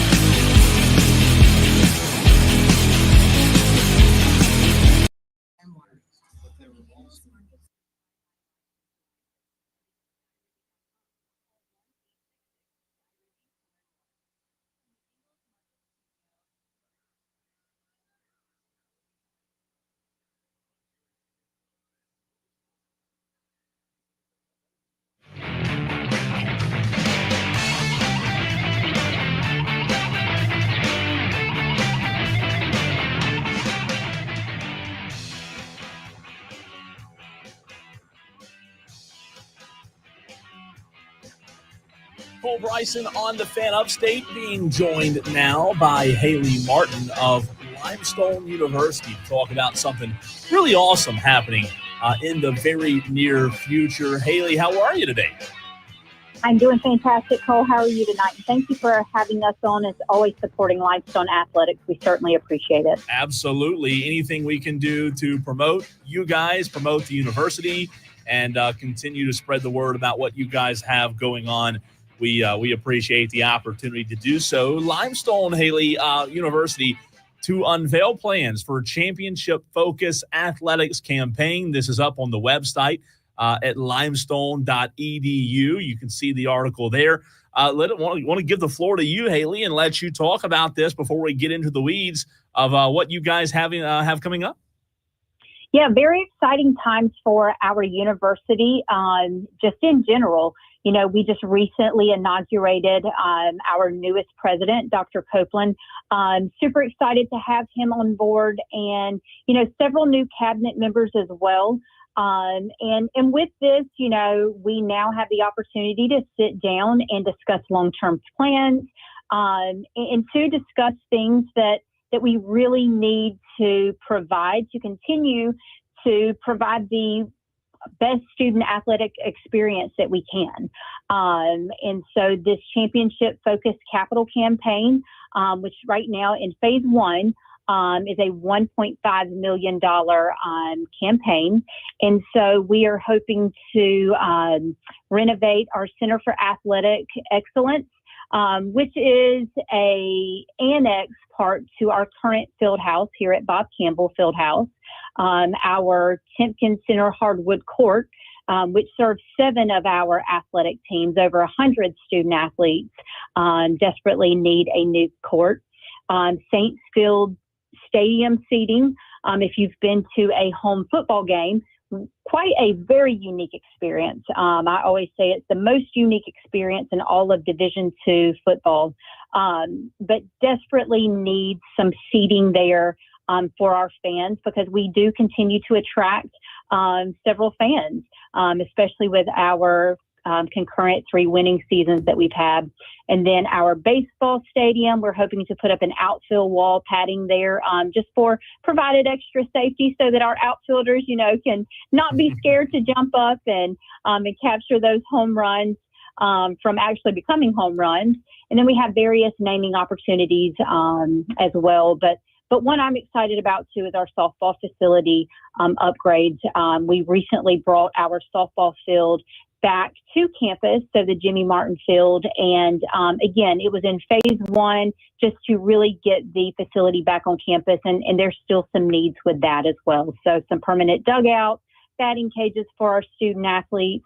So again, just a lot of exciting things going on, a lot of needs that we do have. And I'm just very excited to be able to launch this, and excited for our donors, our alumni, our fan base, parents, to help us support these efforts to bring the state-of-the-art and the best facilities for our student athletes. We're talking to the Vice President for Intercollegiate Athletics at Limestone University, Haley Martin. You know, it's really awesome, this initiative that you're talking about, raising money for not just one sport, but for all sports in Limestone, or at Limestone College in Gaffney, South Carolina. You guys have a really cool way to promote this, and a nice event coming up as well, right, Haley? We do. So this Wednesday, February the 12th, we will actually be hosting an event in concurrence with our home women's and men's basketball game. So we have a doubleheader game. Women's game tip-off is 5:30 p.m. and our men's game tip-off is 7:30 p.m. playing Conference foe Wingate. And so while there will be great basketball going on, we're also going to have an event up in our Legacy Lounge, which is a part of the Timpkins Center. So we're going to have an event up there where we are, kicking off and inviting potential donors and a time to mingle with our athletic administration, institution administration, and various head coaches as well. Just, a great time too to celebrate, again, everything that's great that is happening at Limestone University. And Haley, thanks to Charles Wyatt and those here at the Fan Upstate, we will be broadcasting live. I will be on Wednesday from the event from 3 to 7 on the Fan Upstate. So I know that you guys are trying to push it as much as you can to the media, and I'm sure that we'll be able to do a lot of promoting that day on air as well. Absolutely. And again, we appreciate that.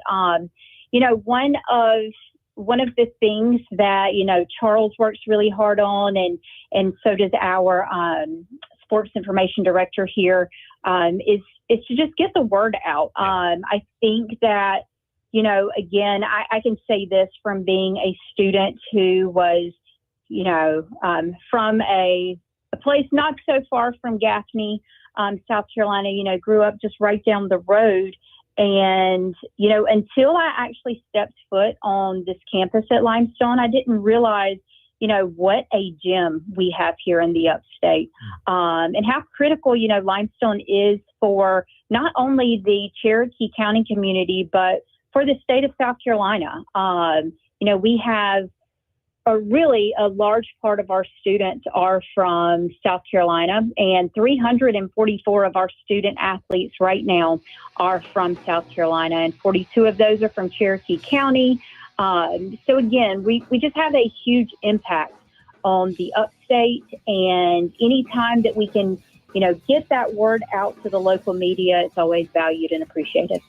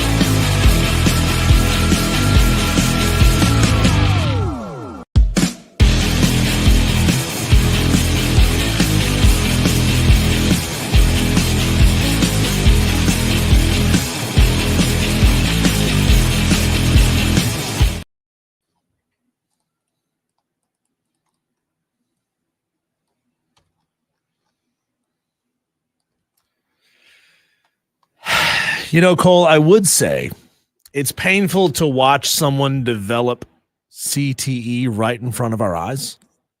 But you and I both know that Cam Newton never dives into a scrum after a football, so there's no way he's getting enough hits to the head and concussions to give himself CTE. Cam Newton is just turning into a grade A hole. That is what he is becoming. Cam Newton used to be one of the most beloved sports figures in the city of Charlotte ever. And that includes Del Curry.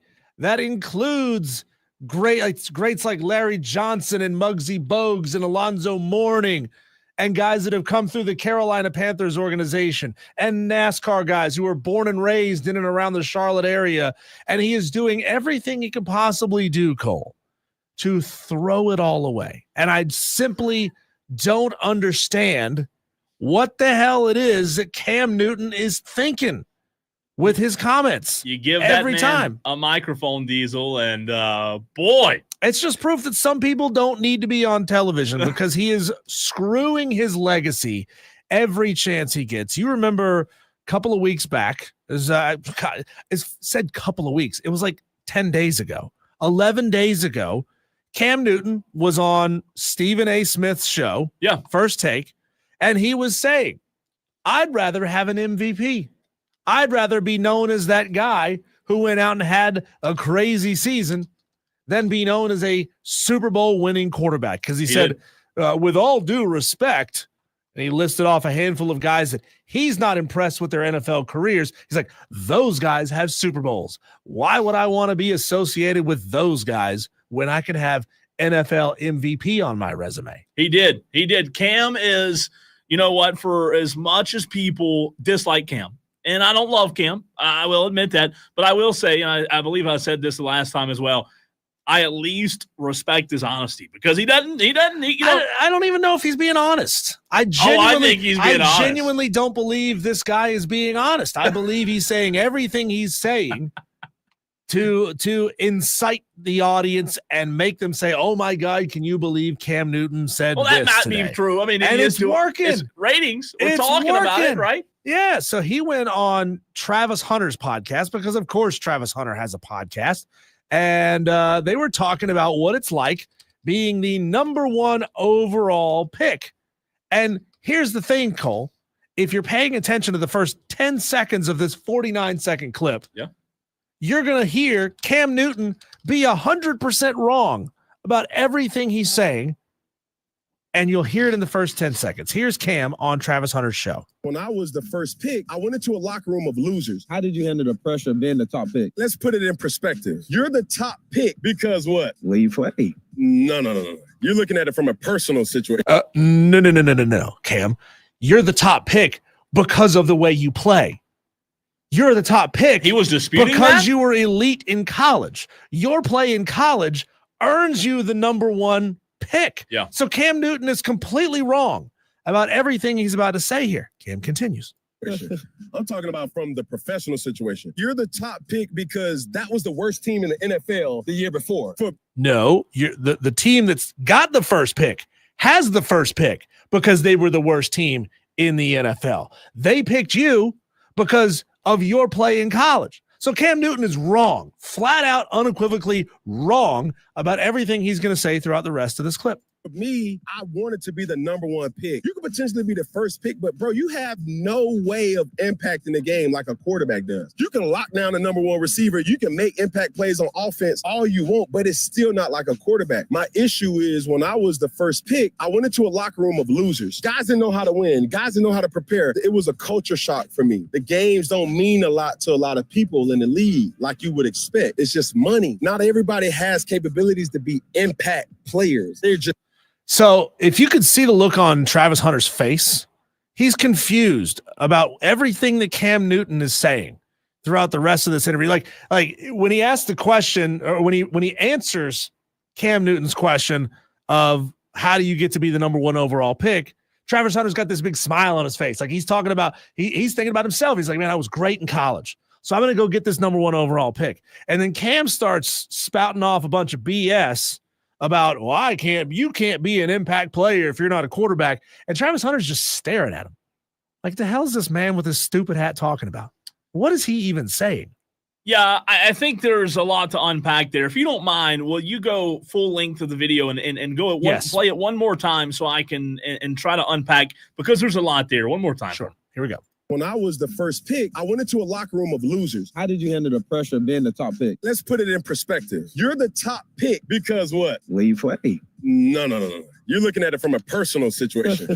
I'm talking about from the professional situation. You're the top pick because that was the worst team in the NFL the year before. For me, I wanted to be the number one pick. You could potentially be the first pick, but bro, you have no way of impacting the game like a quarterback does. You can lock down the number one receiver. You can make impact plays on offense all you want, but it's still not like a quarterback. My issue is when I was the first pick, I went into a locker room of losers. Guys didn't know how to win. Guys didn't know how to prepare. It was a culture shock for me. The games don't mean a lot to a lot of people in the league like you would expect. It's just money. Not everybody has capabilities to be impact players. They're just players.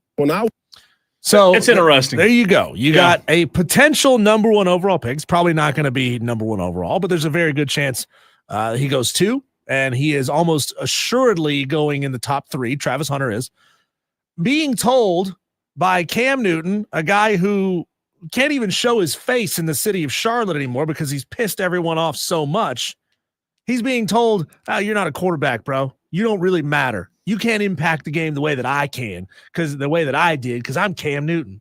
You know, it's so interesting when you hear that audio. I took a couple of notes the second time he played it because I think there's some truth to it. I think there's some BS to it as well. Look, Cam Newton's Cam Newton. We all know we all know that when he speaks, it's kind of like we've seen this movie before, right? We know how this movie is going to play out, Diesel. We know what he's going to say. Does he make himself sound, like the best thing that's ever happened to planet Earth? Sure. I will say, though, I think there's some things that he said in that piece of audio, and I want to hear from the Tolos as well at 844-326-3663 on their thoughts. But when he talked about Diesel, the locker room of losers and the culture shock, I do think there's some validity there in terms of not necessarily calling the players losers. However, you being the guy in Cam Newton coming from college, walking into a locker room, an environment that hasn't won and doesn't know how to win, I think it's extremely challenging for a player at any position to walk into that kind of locker room and be expected to completely turn it around. Well, Steve Smith has taken a tremendous amount of exception to Cam Newton's comments. Steve Smith, who is going to be a Hall of Famer. He is on the ballot to be a Hall of Famer this year. Very good chance he gets in. I had a chance to have a conversation. Unfortunately, you weren't there that day. I don't remember. I think you were on vacation, but Rob Brown and I were together in Clemson at Carolina Panthers Fan Fest. We had a chance to sit down and have a conversation with Steve Smith. He's where? Carolina Panthers. Oh, yeah. I was in Nick. Right. And he's an exceptional man. He was a phenomenal player for the Carolina Panthers. Yeah. Steve Smith retweeted this audio and said 53-man locker room -1 equals 52 losers. Wow. Breaking news to 89. Obviously, he was number 89. Steve Smith taking massive exception to this. Again, Cole, this is how you end up with no friends. This is how you end up with only hangers-on, people who want to be around you because what you can provide for them. You're taking them out to the club, buying bottles of champagne. He's not going to be welcome in any way, shape, or form inside the building of a franchise that he was an exceptional player for. And what good does it do, Cole? Tell me, what good does it do to burn every bridge you ever built? Cam Newton is becoming a career a-hole. I can't say the words on the radio because it would be an FCC violation, but that's what Cam Newton is making his persona now. It seems at this point, Cole, we're like 2 weeks away from Cam Newton just joining the WWE. It's because that wouldn't surprise that is where me. he needs to be. That wouldn't surprise me. Just go out there and be an a-hole, say a-hole things. No one's going to take you seriously. I mean, Rob and Lonzo will, but nobody else is going to take you seriously. You're just out there being an a-hole, saying a-hole things. Just go over there, be popular among the sweatpants brigade. Outside of that, no one's going to be paying attention to what you have to say, Cam. I think it's interesting, Diesel. Some people in life, regardless of what position of power they may hold, whether it's the best quarterback on the planet, whether it's the president, whether it's Cam Newton, whatever it may be, I think some people have a very interesting outlook on what comes out of their mouth, right?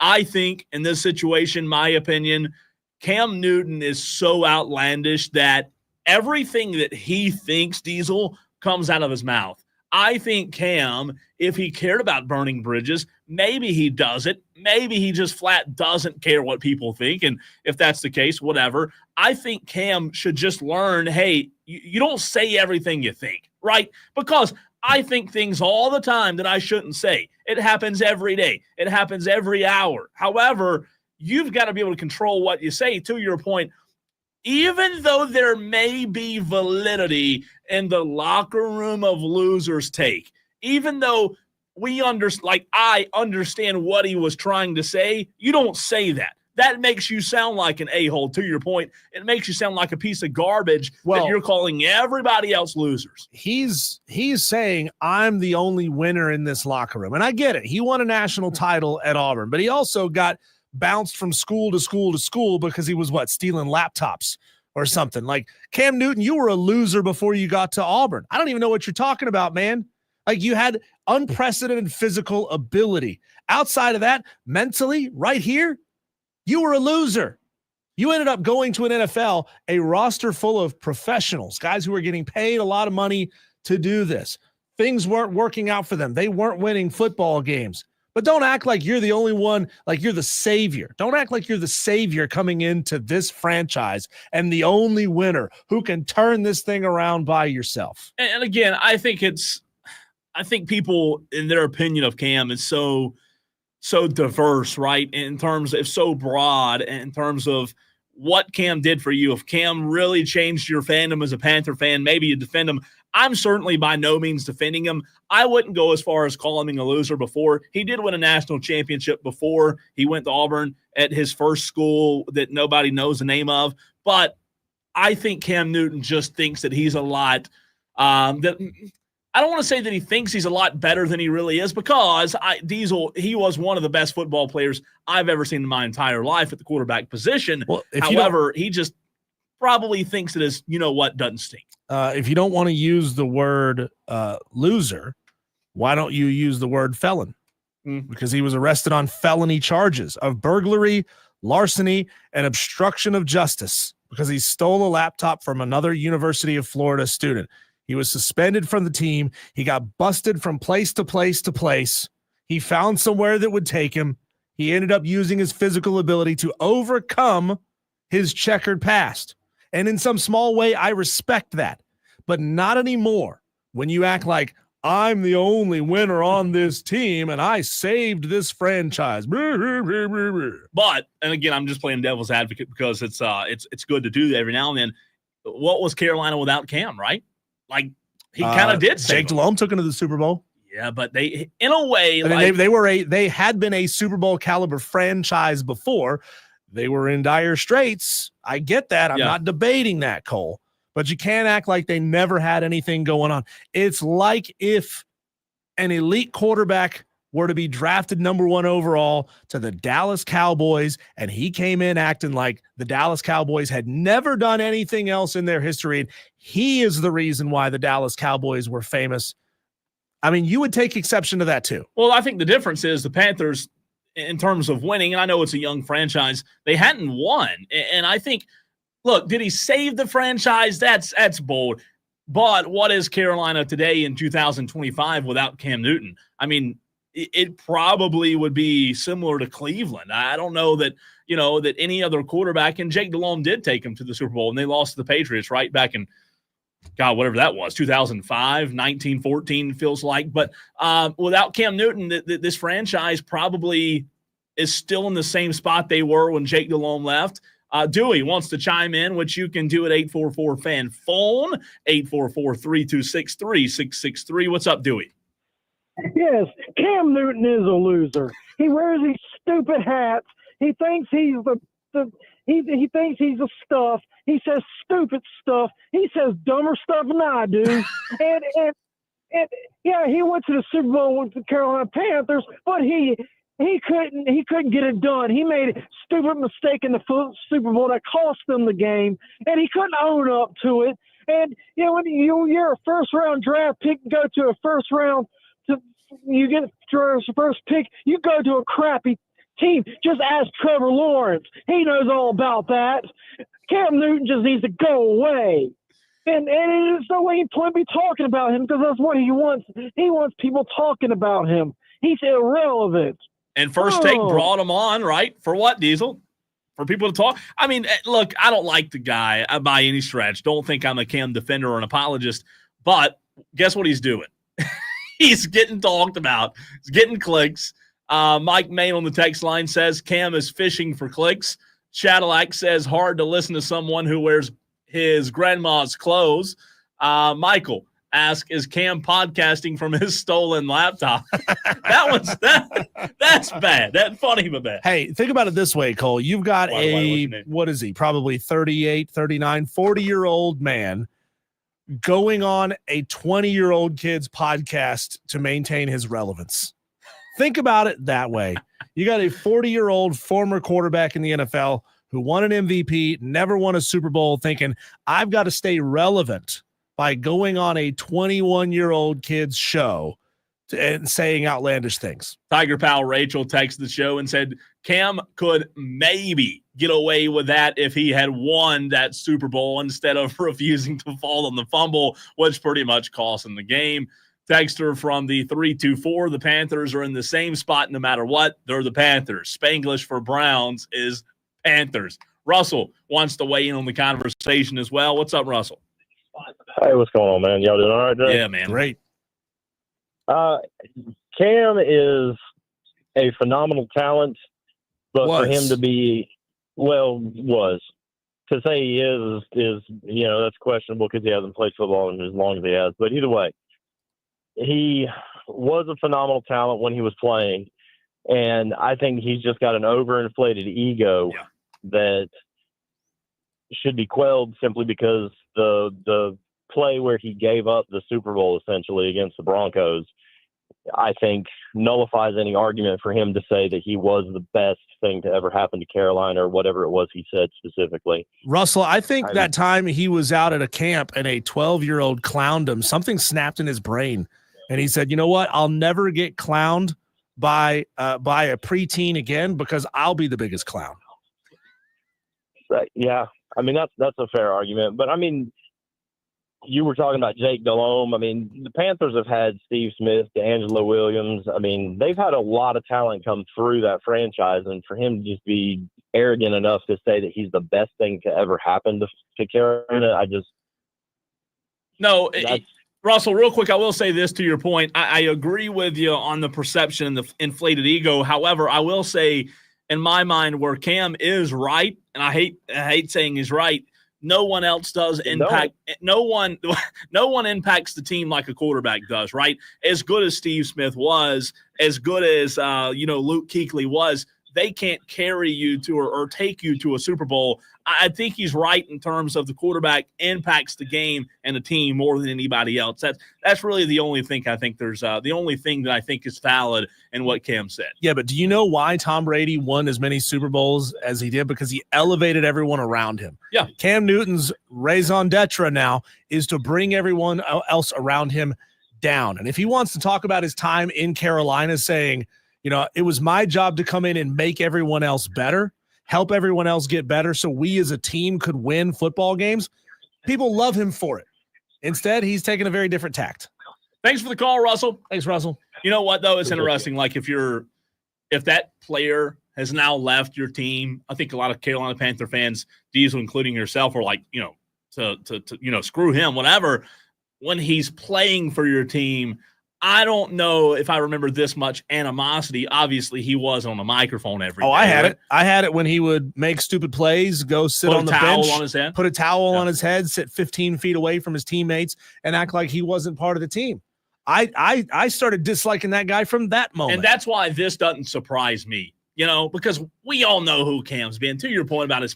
But wouldn't the world be a better place, Cole, if we could actively call out a-holes for being a-holes instead of justifying what it is they're trying to say, instead of saying, I can see it from his perspective. In this way, he might be right. No, flat out. Cam Newton is an a-hole, and we have to be able to call a-holes a-holes so that everyone knows this kind of behavior isn't tolerated anymore. A-holes can be a-holes, to your point. Now, I will say, my opinion, again, you don't have to agree, a-holes can still be right.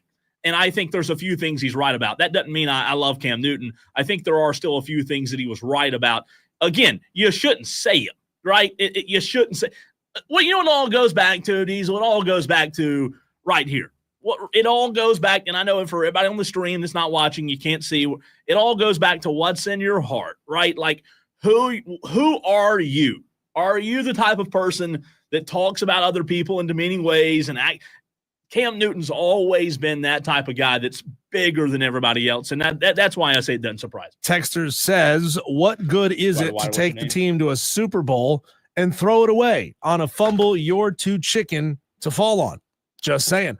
Another texter, Tolo Steve, says, Cam wears all those big silly hats to keep his ego under it. I like it. He wouldn't need a lot of big hats. Good text. It's a big ego. Tyler wants to weigh in, which you can do at 844-FAN-PHONE. What's up, Tyler? Yo, what's going on? How are y'all doing? Good, man. Hey, Tyler. My take on Cam Newton, I mean, he's an asshole, obviously, but, I'm a Panthers fan too, so.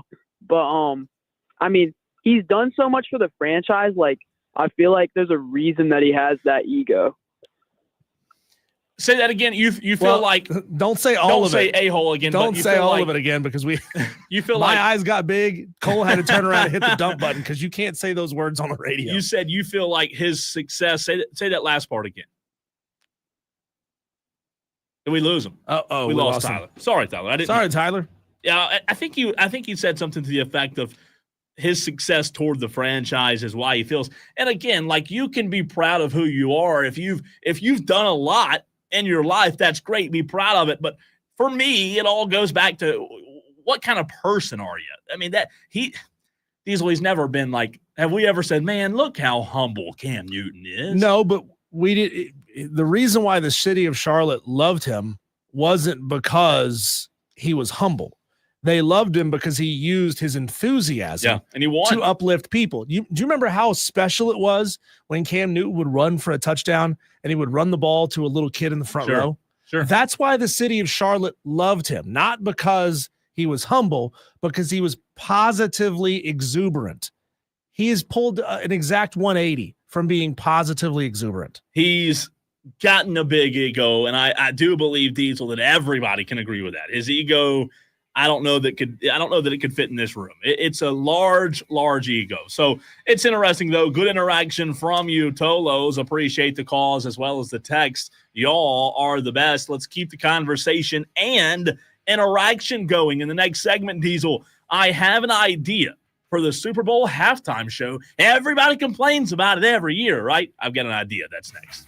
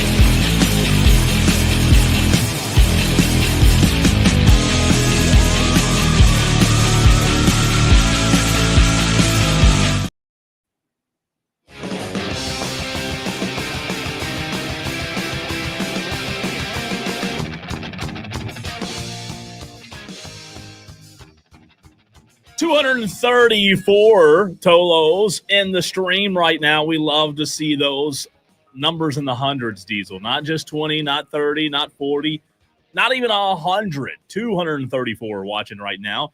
You can watch the show on Twitter, on Facebook, on YouTube, at The Fan Upstate. Welcome in. He's Diesel. I'm Cole Bryson. Also, you can text the show anytime at 844-FAN-PHONE. It's just a lot better if you go ahead and save that number in your phone.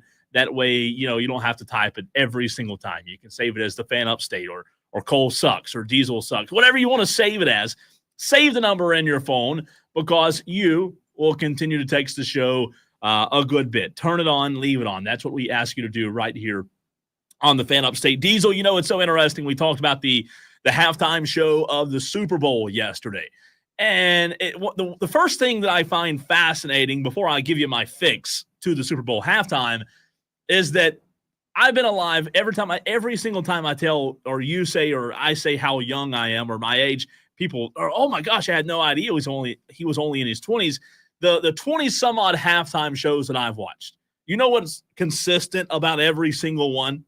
Somebody's going to complain about it. Of course. Somebody's not going to be happy. So it's not like we're going to solve this Super Bowl halftime show and say, okay, well, here's the artist that will please everyone. It didn't matter if it was Snoop. It didn't matter if it was Janet Jackson back in the Panthers Super Bowl, and Justin Timberlake. Somebody's going to find something to not like about it. Everybody's watching.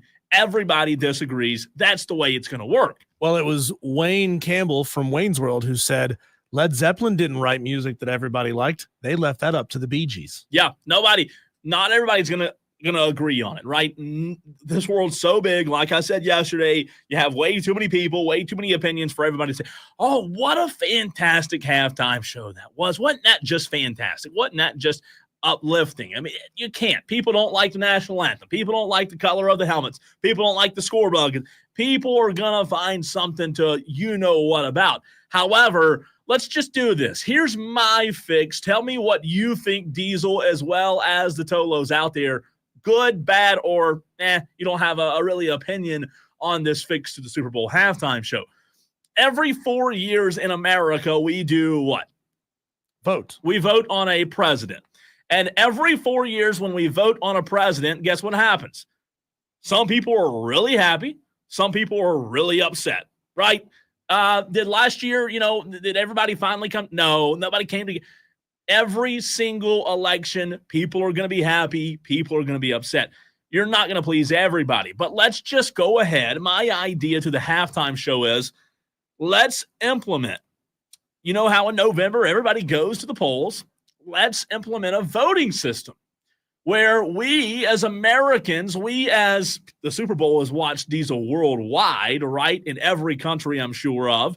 And we'll have the numbers in the next segment on how many people watched in the Daily Wires. But let's create a voting system to where everyone gets a vote.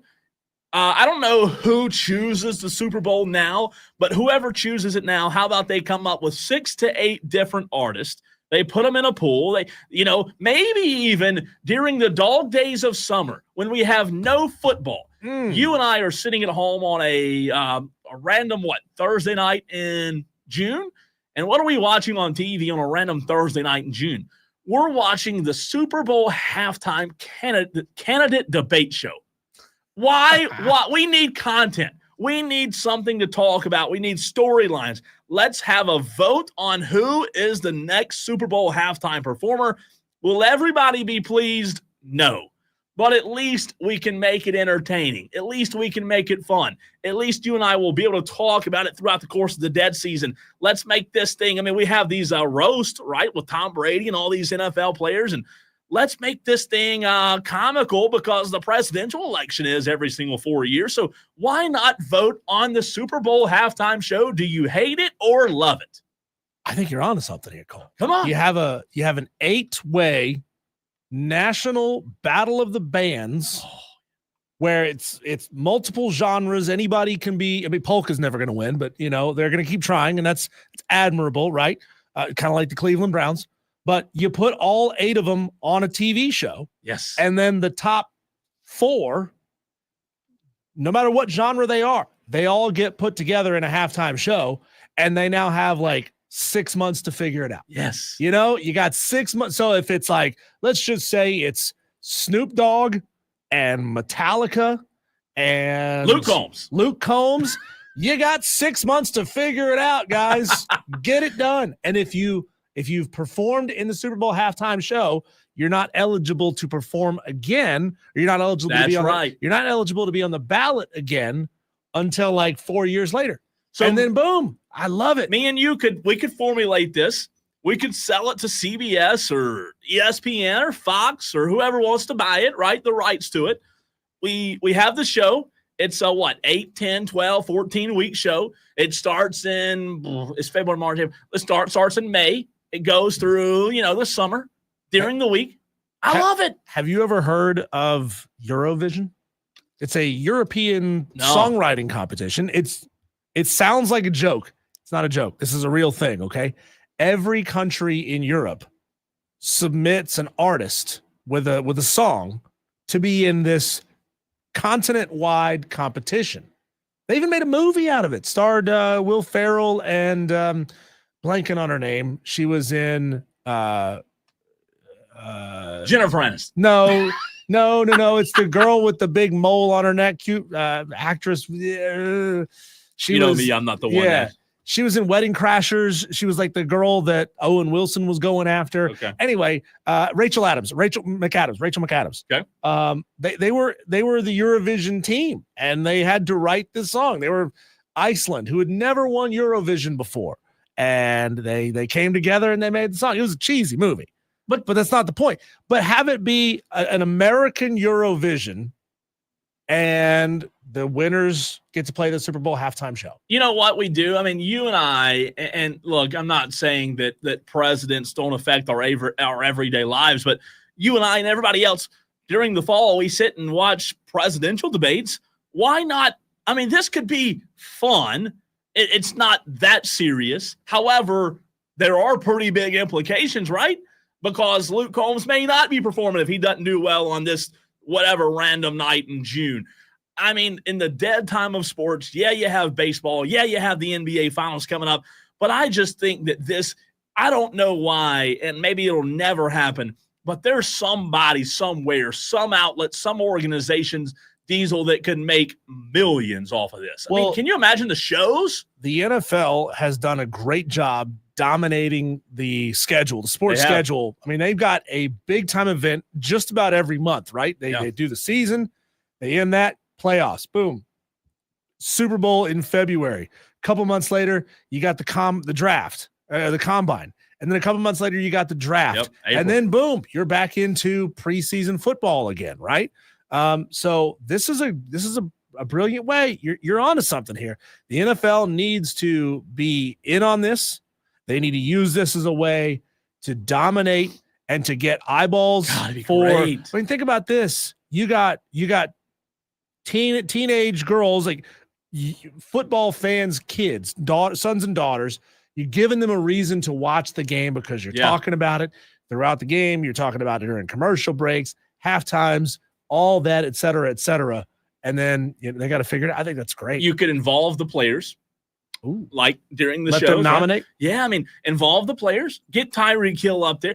I don't know. Maybe that's too much to ask, but if somebody out there has Roger Goodell's cell phone number, please send it to me because I think there could be so much money made off of this, man. I mean, do you realize how many people would sponsor this? I mean, the NFL, to your point, dominates now. Imagine if they had a chance to dominate in April, May, June, start after the draft, right? You have the draft in April, start it in May. First week of May, this thing kicks off and goes all the way through the end of July. I would love to see some sort. I mean, I grew up watching American Idol. I loved it. I think American Idol still exists, I believe. Believe it or not, I think it does. It doesn't have the same draw to me like it used to. Was who? Simon, Paula Abdul, and then who's the third? He was hilarious. Not CeeLo. No. The guy used to say dog. Yeah. What was it? Jackson, Randy Jackson.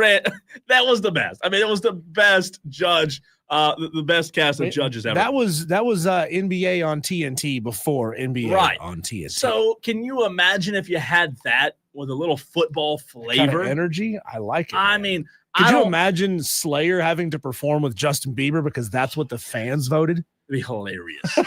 Hilarious. And then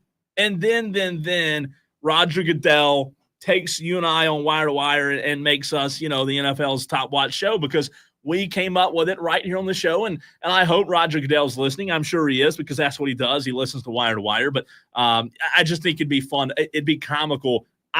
Diesel, I hate not having football in my life. I hate it. I'm now in the season of, all right, I'm going back to Paramount Plus. I'm going back to Netflix. I'm watching Tulsa King. You got UFL in a couple weeks. Can't even interest you in second-rate football. I'll try. When we come back, Cole, our Daily Wires.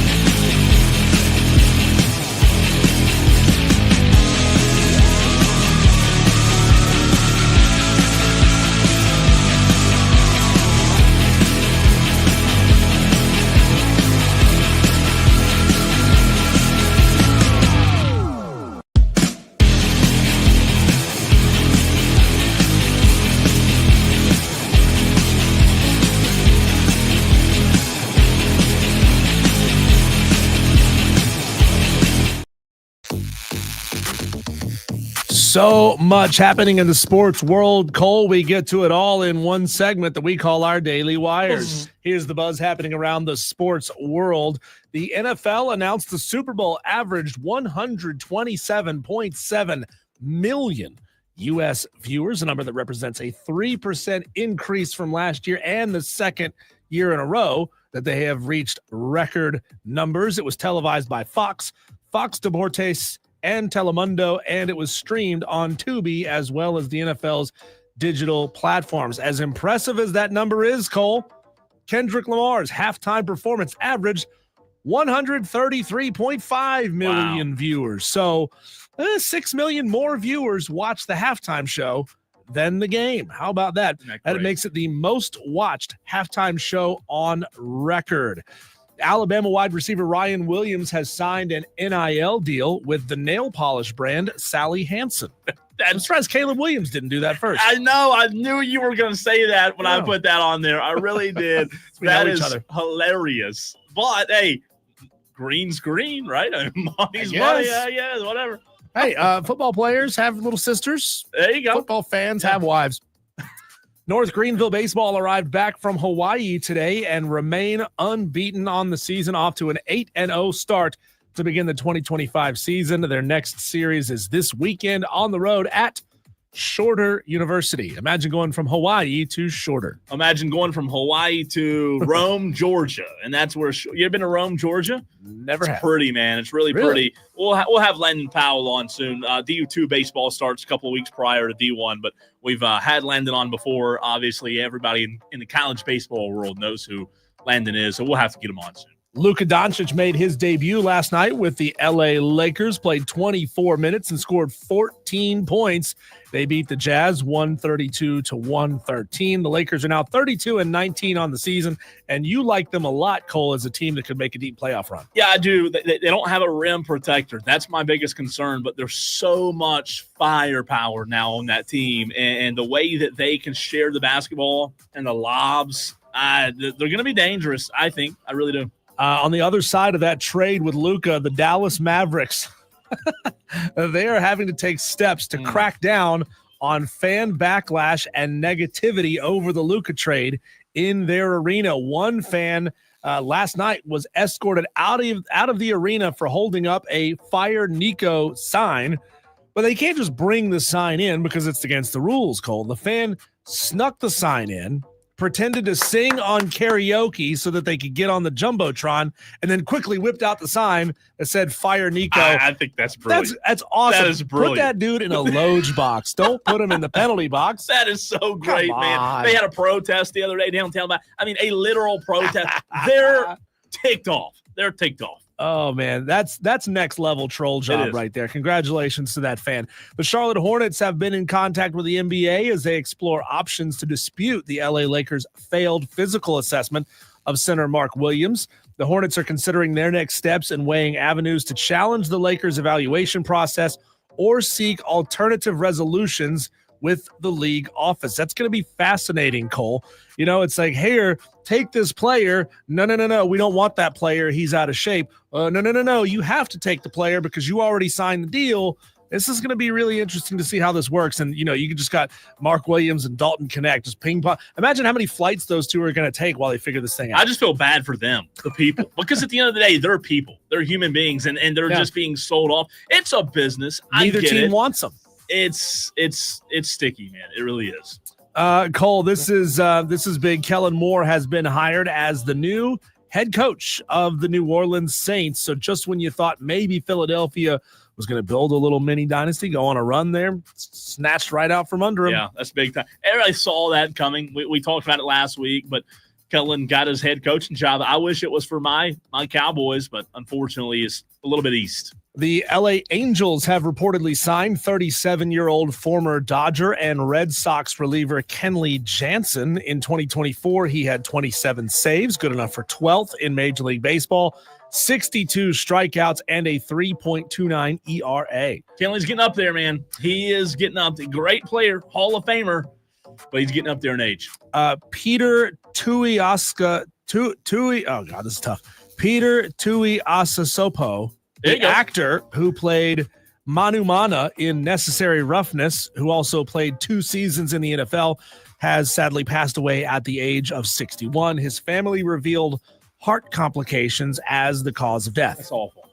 And finally, Cole, our last Daily Wire, former Dorman Cavalier, now App State Mountaineer Miles Tate was awarded the Sun Belt Player of the Week after averaging 17.5 points, 9 assists, and 6 rebounds per game in a 2-0 week for the Mountaineers. Congratulations to Miles Tate and family. His dad sent me that earlier in the show, Huge. and he's freaking awesome, man. That's so awesome. I'm so happy for him. He's a heck of a basketball player, isn't he? He is. He really is. He is. So, look, we'll see. I don't know what the future holds for him, but we'll continue to cover him because he's from Dorman right here, like you said, in the Upstate, a really good basketball player. The fact that Miles now gets to play off ball a lot, it's given him opportunities to create, and he has flourished. Last year he had to handle the ball a lot. Now he's playing off ball, and man, Miles he's on one this year. Diesel, I ask you a question, and I also present it to the Tolos in the very next segment. Did that loss, and we teased this last week, did that loss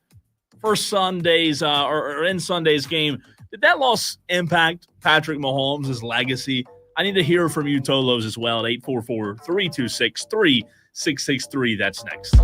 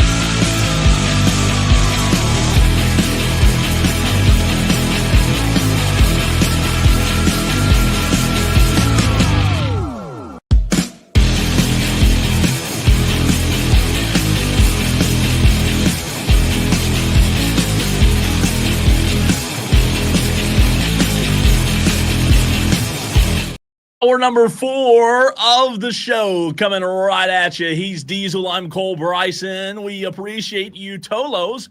That stands for Turn On, Leave On, for turning it on at 3 o'clock today and leaving it on all the way until the end of the show.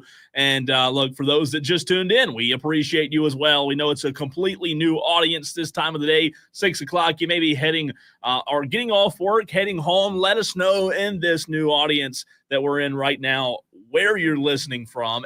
844-FAN-PHONE, 844-326-3663. Also on the stream, Diesel 252 on the stream right now. Twitter, Facebook, YouTube. We love seeing those numbers on there as well. Let us know where you're listening from to end the show in hour number 4. And I asked the question, did yesterday, or not yesterday, the Super Bowl was played on Sunday, did Sunday's loss, Diesel, Tolos, did it hurt Patrick Mahomes' legacy?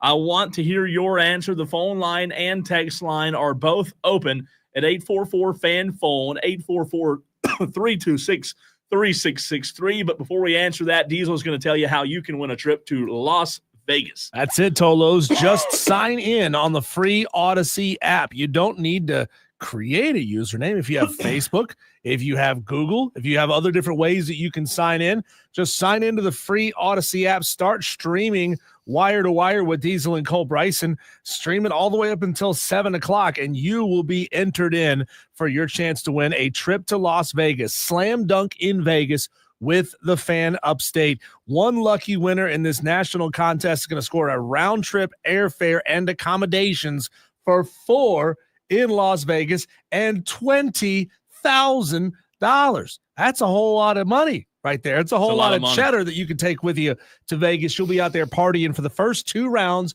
of the college basketball championships. You'll be staying at the Circa Resort and Casino Las Vegas, the premium sports venue destination, and you will visit the biggest March hoops party at Stadium Swim.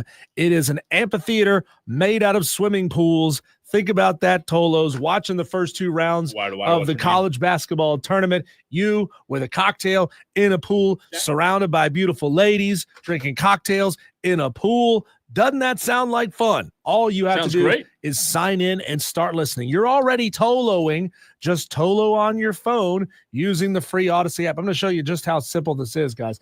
Tolos, you just go to your app library. You find the Audacy app. Bink, hit the Audacy app. We're going. Bam. And then let's see. You just go to my audio. This is bad radio. You just go to bam, the Fan Upstate. Look at there. Shane Start listening. Yeah. You can listen It's right great. there. Turn it on, leave it on. You can search for the Fan Upstate. You can type it in the bar. You can set the Fan Upstate as a favorite. So every time you open the app, just boom, it's right there. Start streaming the show and listen live just like that. Listen live on the app. And it's the best. It's the best. I hear myself. There you go. I hear yourself. I hear somebody that doesn't sound and good. You can win. It actually just pops up as soon as you hit play. It pops up with a little entry form. I like it. Super simple. You can win. Go to Vegas with $20K. You can win, Tolos. Good luck. So the question is, did Sunday's loss hurt Patrick Mahomes' legacy? He's a bum. Oh, my gosh. Boy, what a bum. He's a bum. I don't know about that. We'll see. What do you say, Tolos? Brandon Burnett already getting in on the text line at 844-326-3663 and says, I wouldn't say it hurt him, but it helps. Hurts, baby. Fly, Eagles, fly, says Brandon Burnett. Diesel and I will give our opinion. Let's go to the phone lines because if you do call the show, we do give you a little bit of a fast pass, if you will, right? We'll read text. Sometimes we don't get to all of them. Jack wants to weigh in. What's up, Jack? Yeah, good evening, guys. Good show. First time calling in, long time listener. Appreciate that. Awesome. I don't think that game hurt him. I mean, I was born and raised in Philly. I love the game, every stinking minute of it. But as far as Patrick Mahomes goes, if he was 38, 40 years old, I'd say, yeah, maybe it would hurt his legacy. But man, that boy's got a lot of time left. I don't think that one game, the Eagles just made him look bad. Yeah, but that was the Eagles defense. he'll be around for a long time to pull a whole lot of games out of the hat. He's not going anywhere, Jack. That's for sure. Thanks for the call. Where are you listening from, Jack? I'm in the car right now. What city though? Oh, I'm sorry. I live in Greenville. I used to live in Philly, born and raised, but I'm down here in God's country now. There you go. There you go, Jack. Thanks, Jack. I like it. Look at it this way, Cole. Mahomes has been in 5 Super Bowls. He's won 3 of them. He's rocking a 60% win percentage in Super Bowls. LeBron James has only won 40% of the NBA finals he's ever been in. And 4 out of 10, right? 60% better than 40%. He's obviously better at what he does than LeBron is. Yeah, that's ridiculous. But I will say to Jack's point, by the way, Jack, we appreciate the phone call. Great call. And appreciate you listening to the Fan Upstate. I think Jack's dead on, Diesel. He's not going anywhere, right? No. Like, is he moving to Mars? Is he moving to, I think Darius Rucker just moved to England. Is he going to England? I don't know if they have football over there or not. I'd be shocked if Patrick doesn't play in at least 3 more. Well, he's going to be around in my mind for probably 10 more years, you know, close to it. And look, we talked about it to start the show today, like what the narrative is. Does Kansas City have issues to fix in the offseason? Yes. But Diesel, in the same breath, something we didn't mention, something we didn't get to in the very first segment. Well, let's say Kansas City's owner, let's say Kansas City's GM knows about the problems, knows about the issues. Let's say he fixes them. Well, guess what? If you told me they bolster that offensive line, right, they give Mahomes maybe another weapon, add a little bit on the defense, but really for me it's the trenches. Chris Jones is incredible. He's getting old on the defense, but that offensive line, they really need – the left tackle got hurt. They weren't the same all year. They need some help on the offensive line, Diesel, and I think that if you told me they bolster that offensive line in the draft, make a couple moves in free agency, and Mahomes is still Mahomes – who's to say they're not going to be playing in the Super Bowl again next year? That's the whole thing. Like, he's not going anywhere. And my answer is it absolutely did not, I'll repeat it again, absolutely did not hurt his legacy by losing that game on Sunday. Well, I mean, yeah, he's going to play in multiple more Super Bowls. We talked about it yesterday, though. His skill set is going to diminish a little bit over time. I'm not saying it's going to be next year, but as he's getting older and older, the quickness and the elusiveness that his game is predicated on is going to change. But he is playing for a franchise that's riding as high as any franchise could be riding outside of the Philadelphia Eagles, who just beat them in the AFC Championship game. Or excuse me, the AFC Championship game. They beat an historic offense in the Buffalo Bills. This was a down year for the Chiefs, and they still made the Super Bowl, right? So, the beautiful thing about being a franchise in the position that the Kansas City Chiefs are, you're always like maybe one piece, one tweak, one little thing here or there, 1 or 2 moves away from elevating your game to, all right, we got trounced in the Super Bowl to we're gonna whack some ass next year. Breaking news, they did say, I just saw it on ESPN, the Lakers, we talked about it earlier, were looking for a big man, not much left in free agency. They did sign Alex Lynn, who is out of Ukraine, Diesel, in free agency. So the Lakers got a big man. We'll see how it pans out. Dave Tyner takes the show, which you can do if you just tuned in at 844-326-3663. Dave says Sunday certainly hurt Mahomes' legacy. As much as he was stifled, I believe. Stifled. Is that what he said? Stifled? I thought there was an L right there. I'm sorry, I can't see. As much as he was stifled, it should quiet the GOAT talk. He looked terrible. Brady never did in a Super Bowl, says Dave. Dave, appreciate the text. Diesel, I will say I don't think – did he look terrible? Yes. I don't think him looking terrible was 110% on him. Did he have some bad throws? Absolutely. He had some interceptions? Absolutely. But I also saw Philadelphia's front four obliterate the Kansas City offensive line. Patrick Mahomes ran for his life. How much of that loss do you put on Mahomes? No, Dave, he didn't play good. There's no doubt. But he also hit Travis Kelce on the first drive in the hands, and Travis Kelce dropped the ball on the very first drive of the game.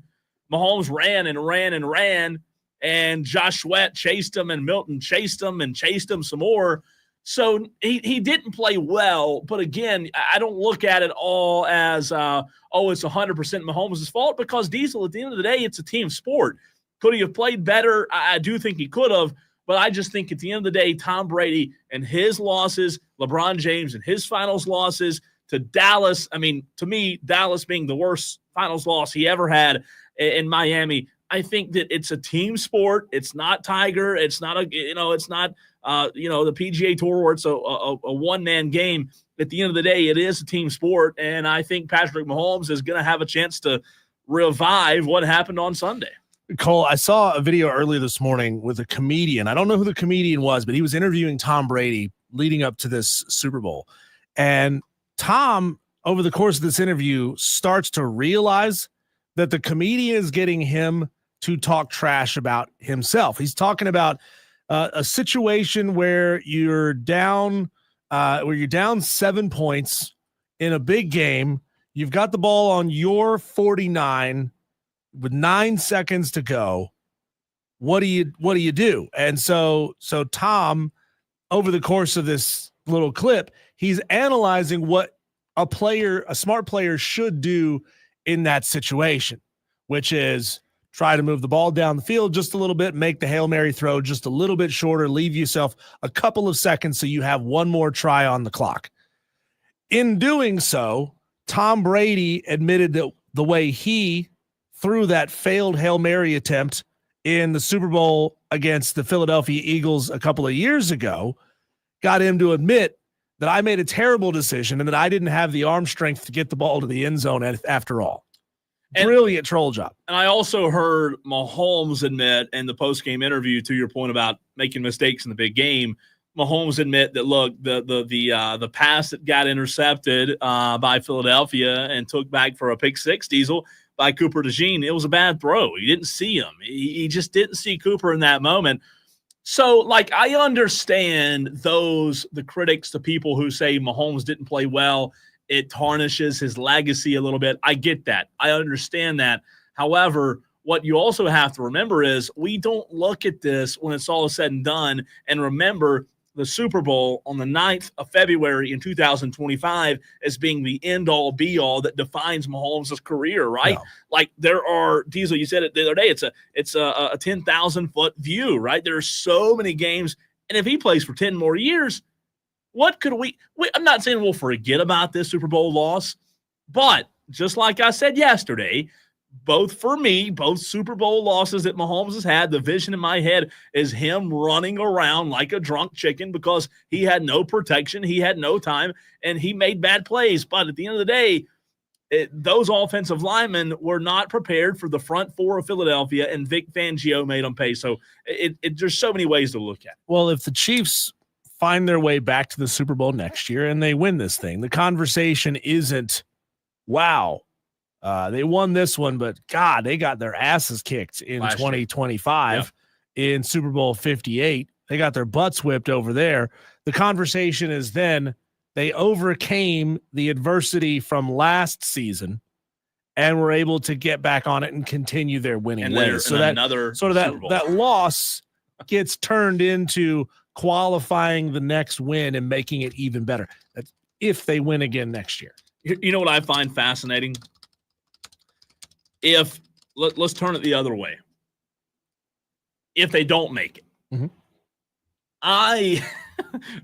in the media crazed world that we live in, Diesel, storylines, just like in the first segment, the narratives, it's every day, right? People forget about what happened yesterday. There's a new narrative. What I do find interesting is if Mahomes and the Chiefs don't make it back next year and don't make it back the year after, is the narrative of Mahomes. We might not even be talking about this guy as a Hall of Famer anymore, even though he is. But just remember, Tom Brady didn't go every year. There was a big gap between Tom Brady's Super Bowl appearance and that first stint of them going 2 or 3 times and the second time, 2014, I believe, was the next time. Almost it could start to be seen as the beginning of the end. It could be. In reality, though, if Mahomes can do what Brady did and have that longevity will it be? But that's the world we live in. We've got to react to every single year, every single day, as if, it's the end-all, be-all. You have to do it that way, Cole, because it's not interesting talk radio to go back and rehash things that happened 8, 9, 10 years ago. Yeah. I mean, how many listeners do you think we'd have if we went back and started talking about the end of Terry Bradshaw's impressive career? There'd be like 1 or 2 listeners who were like, yeah, I remember it. I was a big Steelers fan then, and I love Terry Bradshaw, and down the line. No, we don't talk about what happened 30 years ago. We talk about what's happening right now. We do. And that's why I'm afraid. Because Patrick Mahomes did fall further behind Tom Brady. And I saw a lot of people talking on social media about, as soon as the game was over, I told you so. I told you Mahomes wasn't anywhere close to Brady. And, you guys were crazy for putting them in the same conversation to begin with. But Mahomes currently ranks 3rd in all-time Super Bowl touchdown passes, right behind Joe Montana, ahead of Terry Bradshaw. It's not like we're going to forget about all that this guy's done, even if he never makes another Super Bowl in his career, Diesel. This is the opportunity that you have, Cole, to be petty. You can screenshot those tweets and then go back next year, the year before, when Patrick Mahomes makes a Super Bowl and wins another one, and throw it back in their faces. Don't you remember back in February 2025 when you said that Patrick Mahomes was washed and he was never going to win another one, and this is why his legacy is tarnished? Bam. Just won another Super Bowl. Do you think it's up to you if that's who you want to be? Do you think Patrick Mahomes ends his career as a Kansas City Chief? Yes, you do. I do. I think Patrick Mahomes is probably smart enough to look around to see legacy of players like Favre, like Rodgers, like that was his legacy has changed for different reasons. Yeah, like Joe Montana, who left the 49ers to go be a Kansas City Chief, and among many, many others, right? And who, people will say, well, he could have gone out on top as a Chief. He could have been one of those guys that only played for one team his entire career. And preserve his legacy in that way. To me, that's going to be the most interesting thing to see with Mahomes, because I don't think Mahomes would ever want to leave. But if Kansas City pulled a Dallas and said, okay, we, 2 or 3 years from now, we're going to move on from him, or we're not going to pay him what he wants, or we're going to be stubborn, or we're going to wait until, June, July, August to pay the guy. I just think that at the end of the day, it would have to be the organization that messes this thing up, because I don't think he's going to go anywhere. I think he loves it there. I do think, though, for the fans, let's call it 3 years from now, whenever his contract's up, I do think it would make football more interesting, Diesel, if he did leave. I don't know. Brett Favre going to Minnesota. Go be a Baltimore Raven. They might finally win something in the playoffs. Oh, boy. Or how about come to my Cowboys? He loves Dallas. I like Mahomes for a couple of years. When we come back, Cole, we chopped it up earlier with Shane Connick of the Charlotte Observer. We talked all things NASCAR, Charlotte Hornets, other things as well. We'll bring you that conversation again next.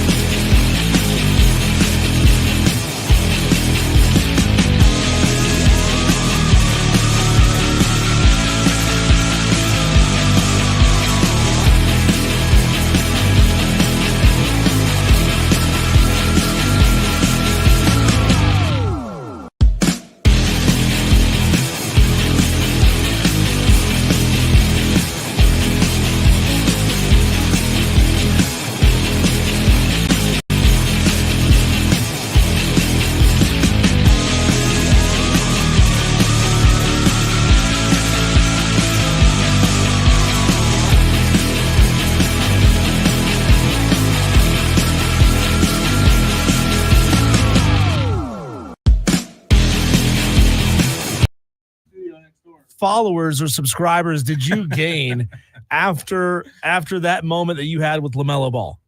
Oh, not many tangible actual followers, but plenty of random texts and messages and all the fun stuff that comes with that. What a moment we had there. At the very least, Shane, I hope that you have that audio on your phone. So as you're out, in Charlotte, meeting ladies all over the city of Charlotte, you play that for them. Be like, boop, see here, a famous NBA star says I have a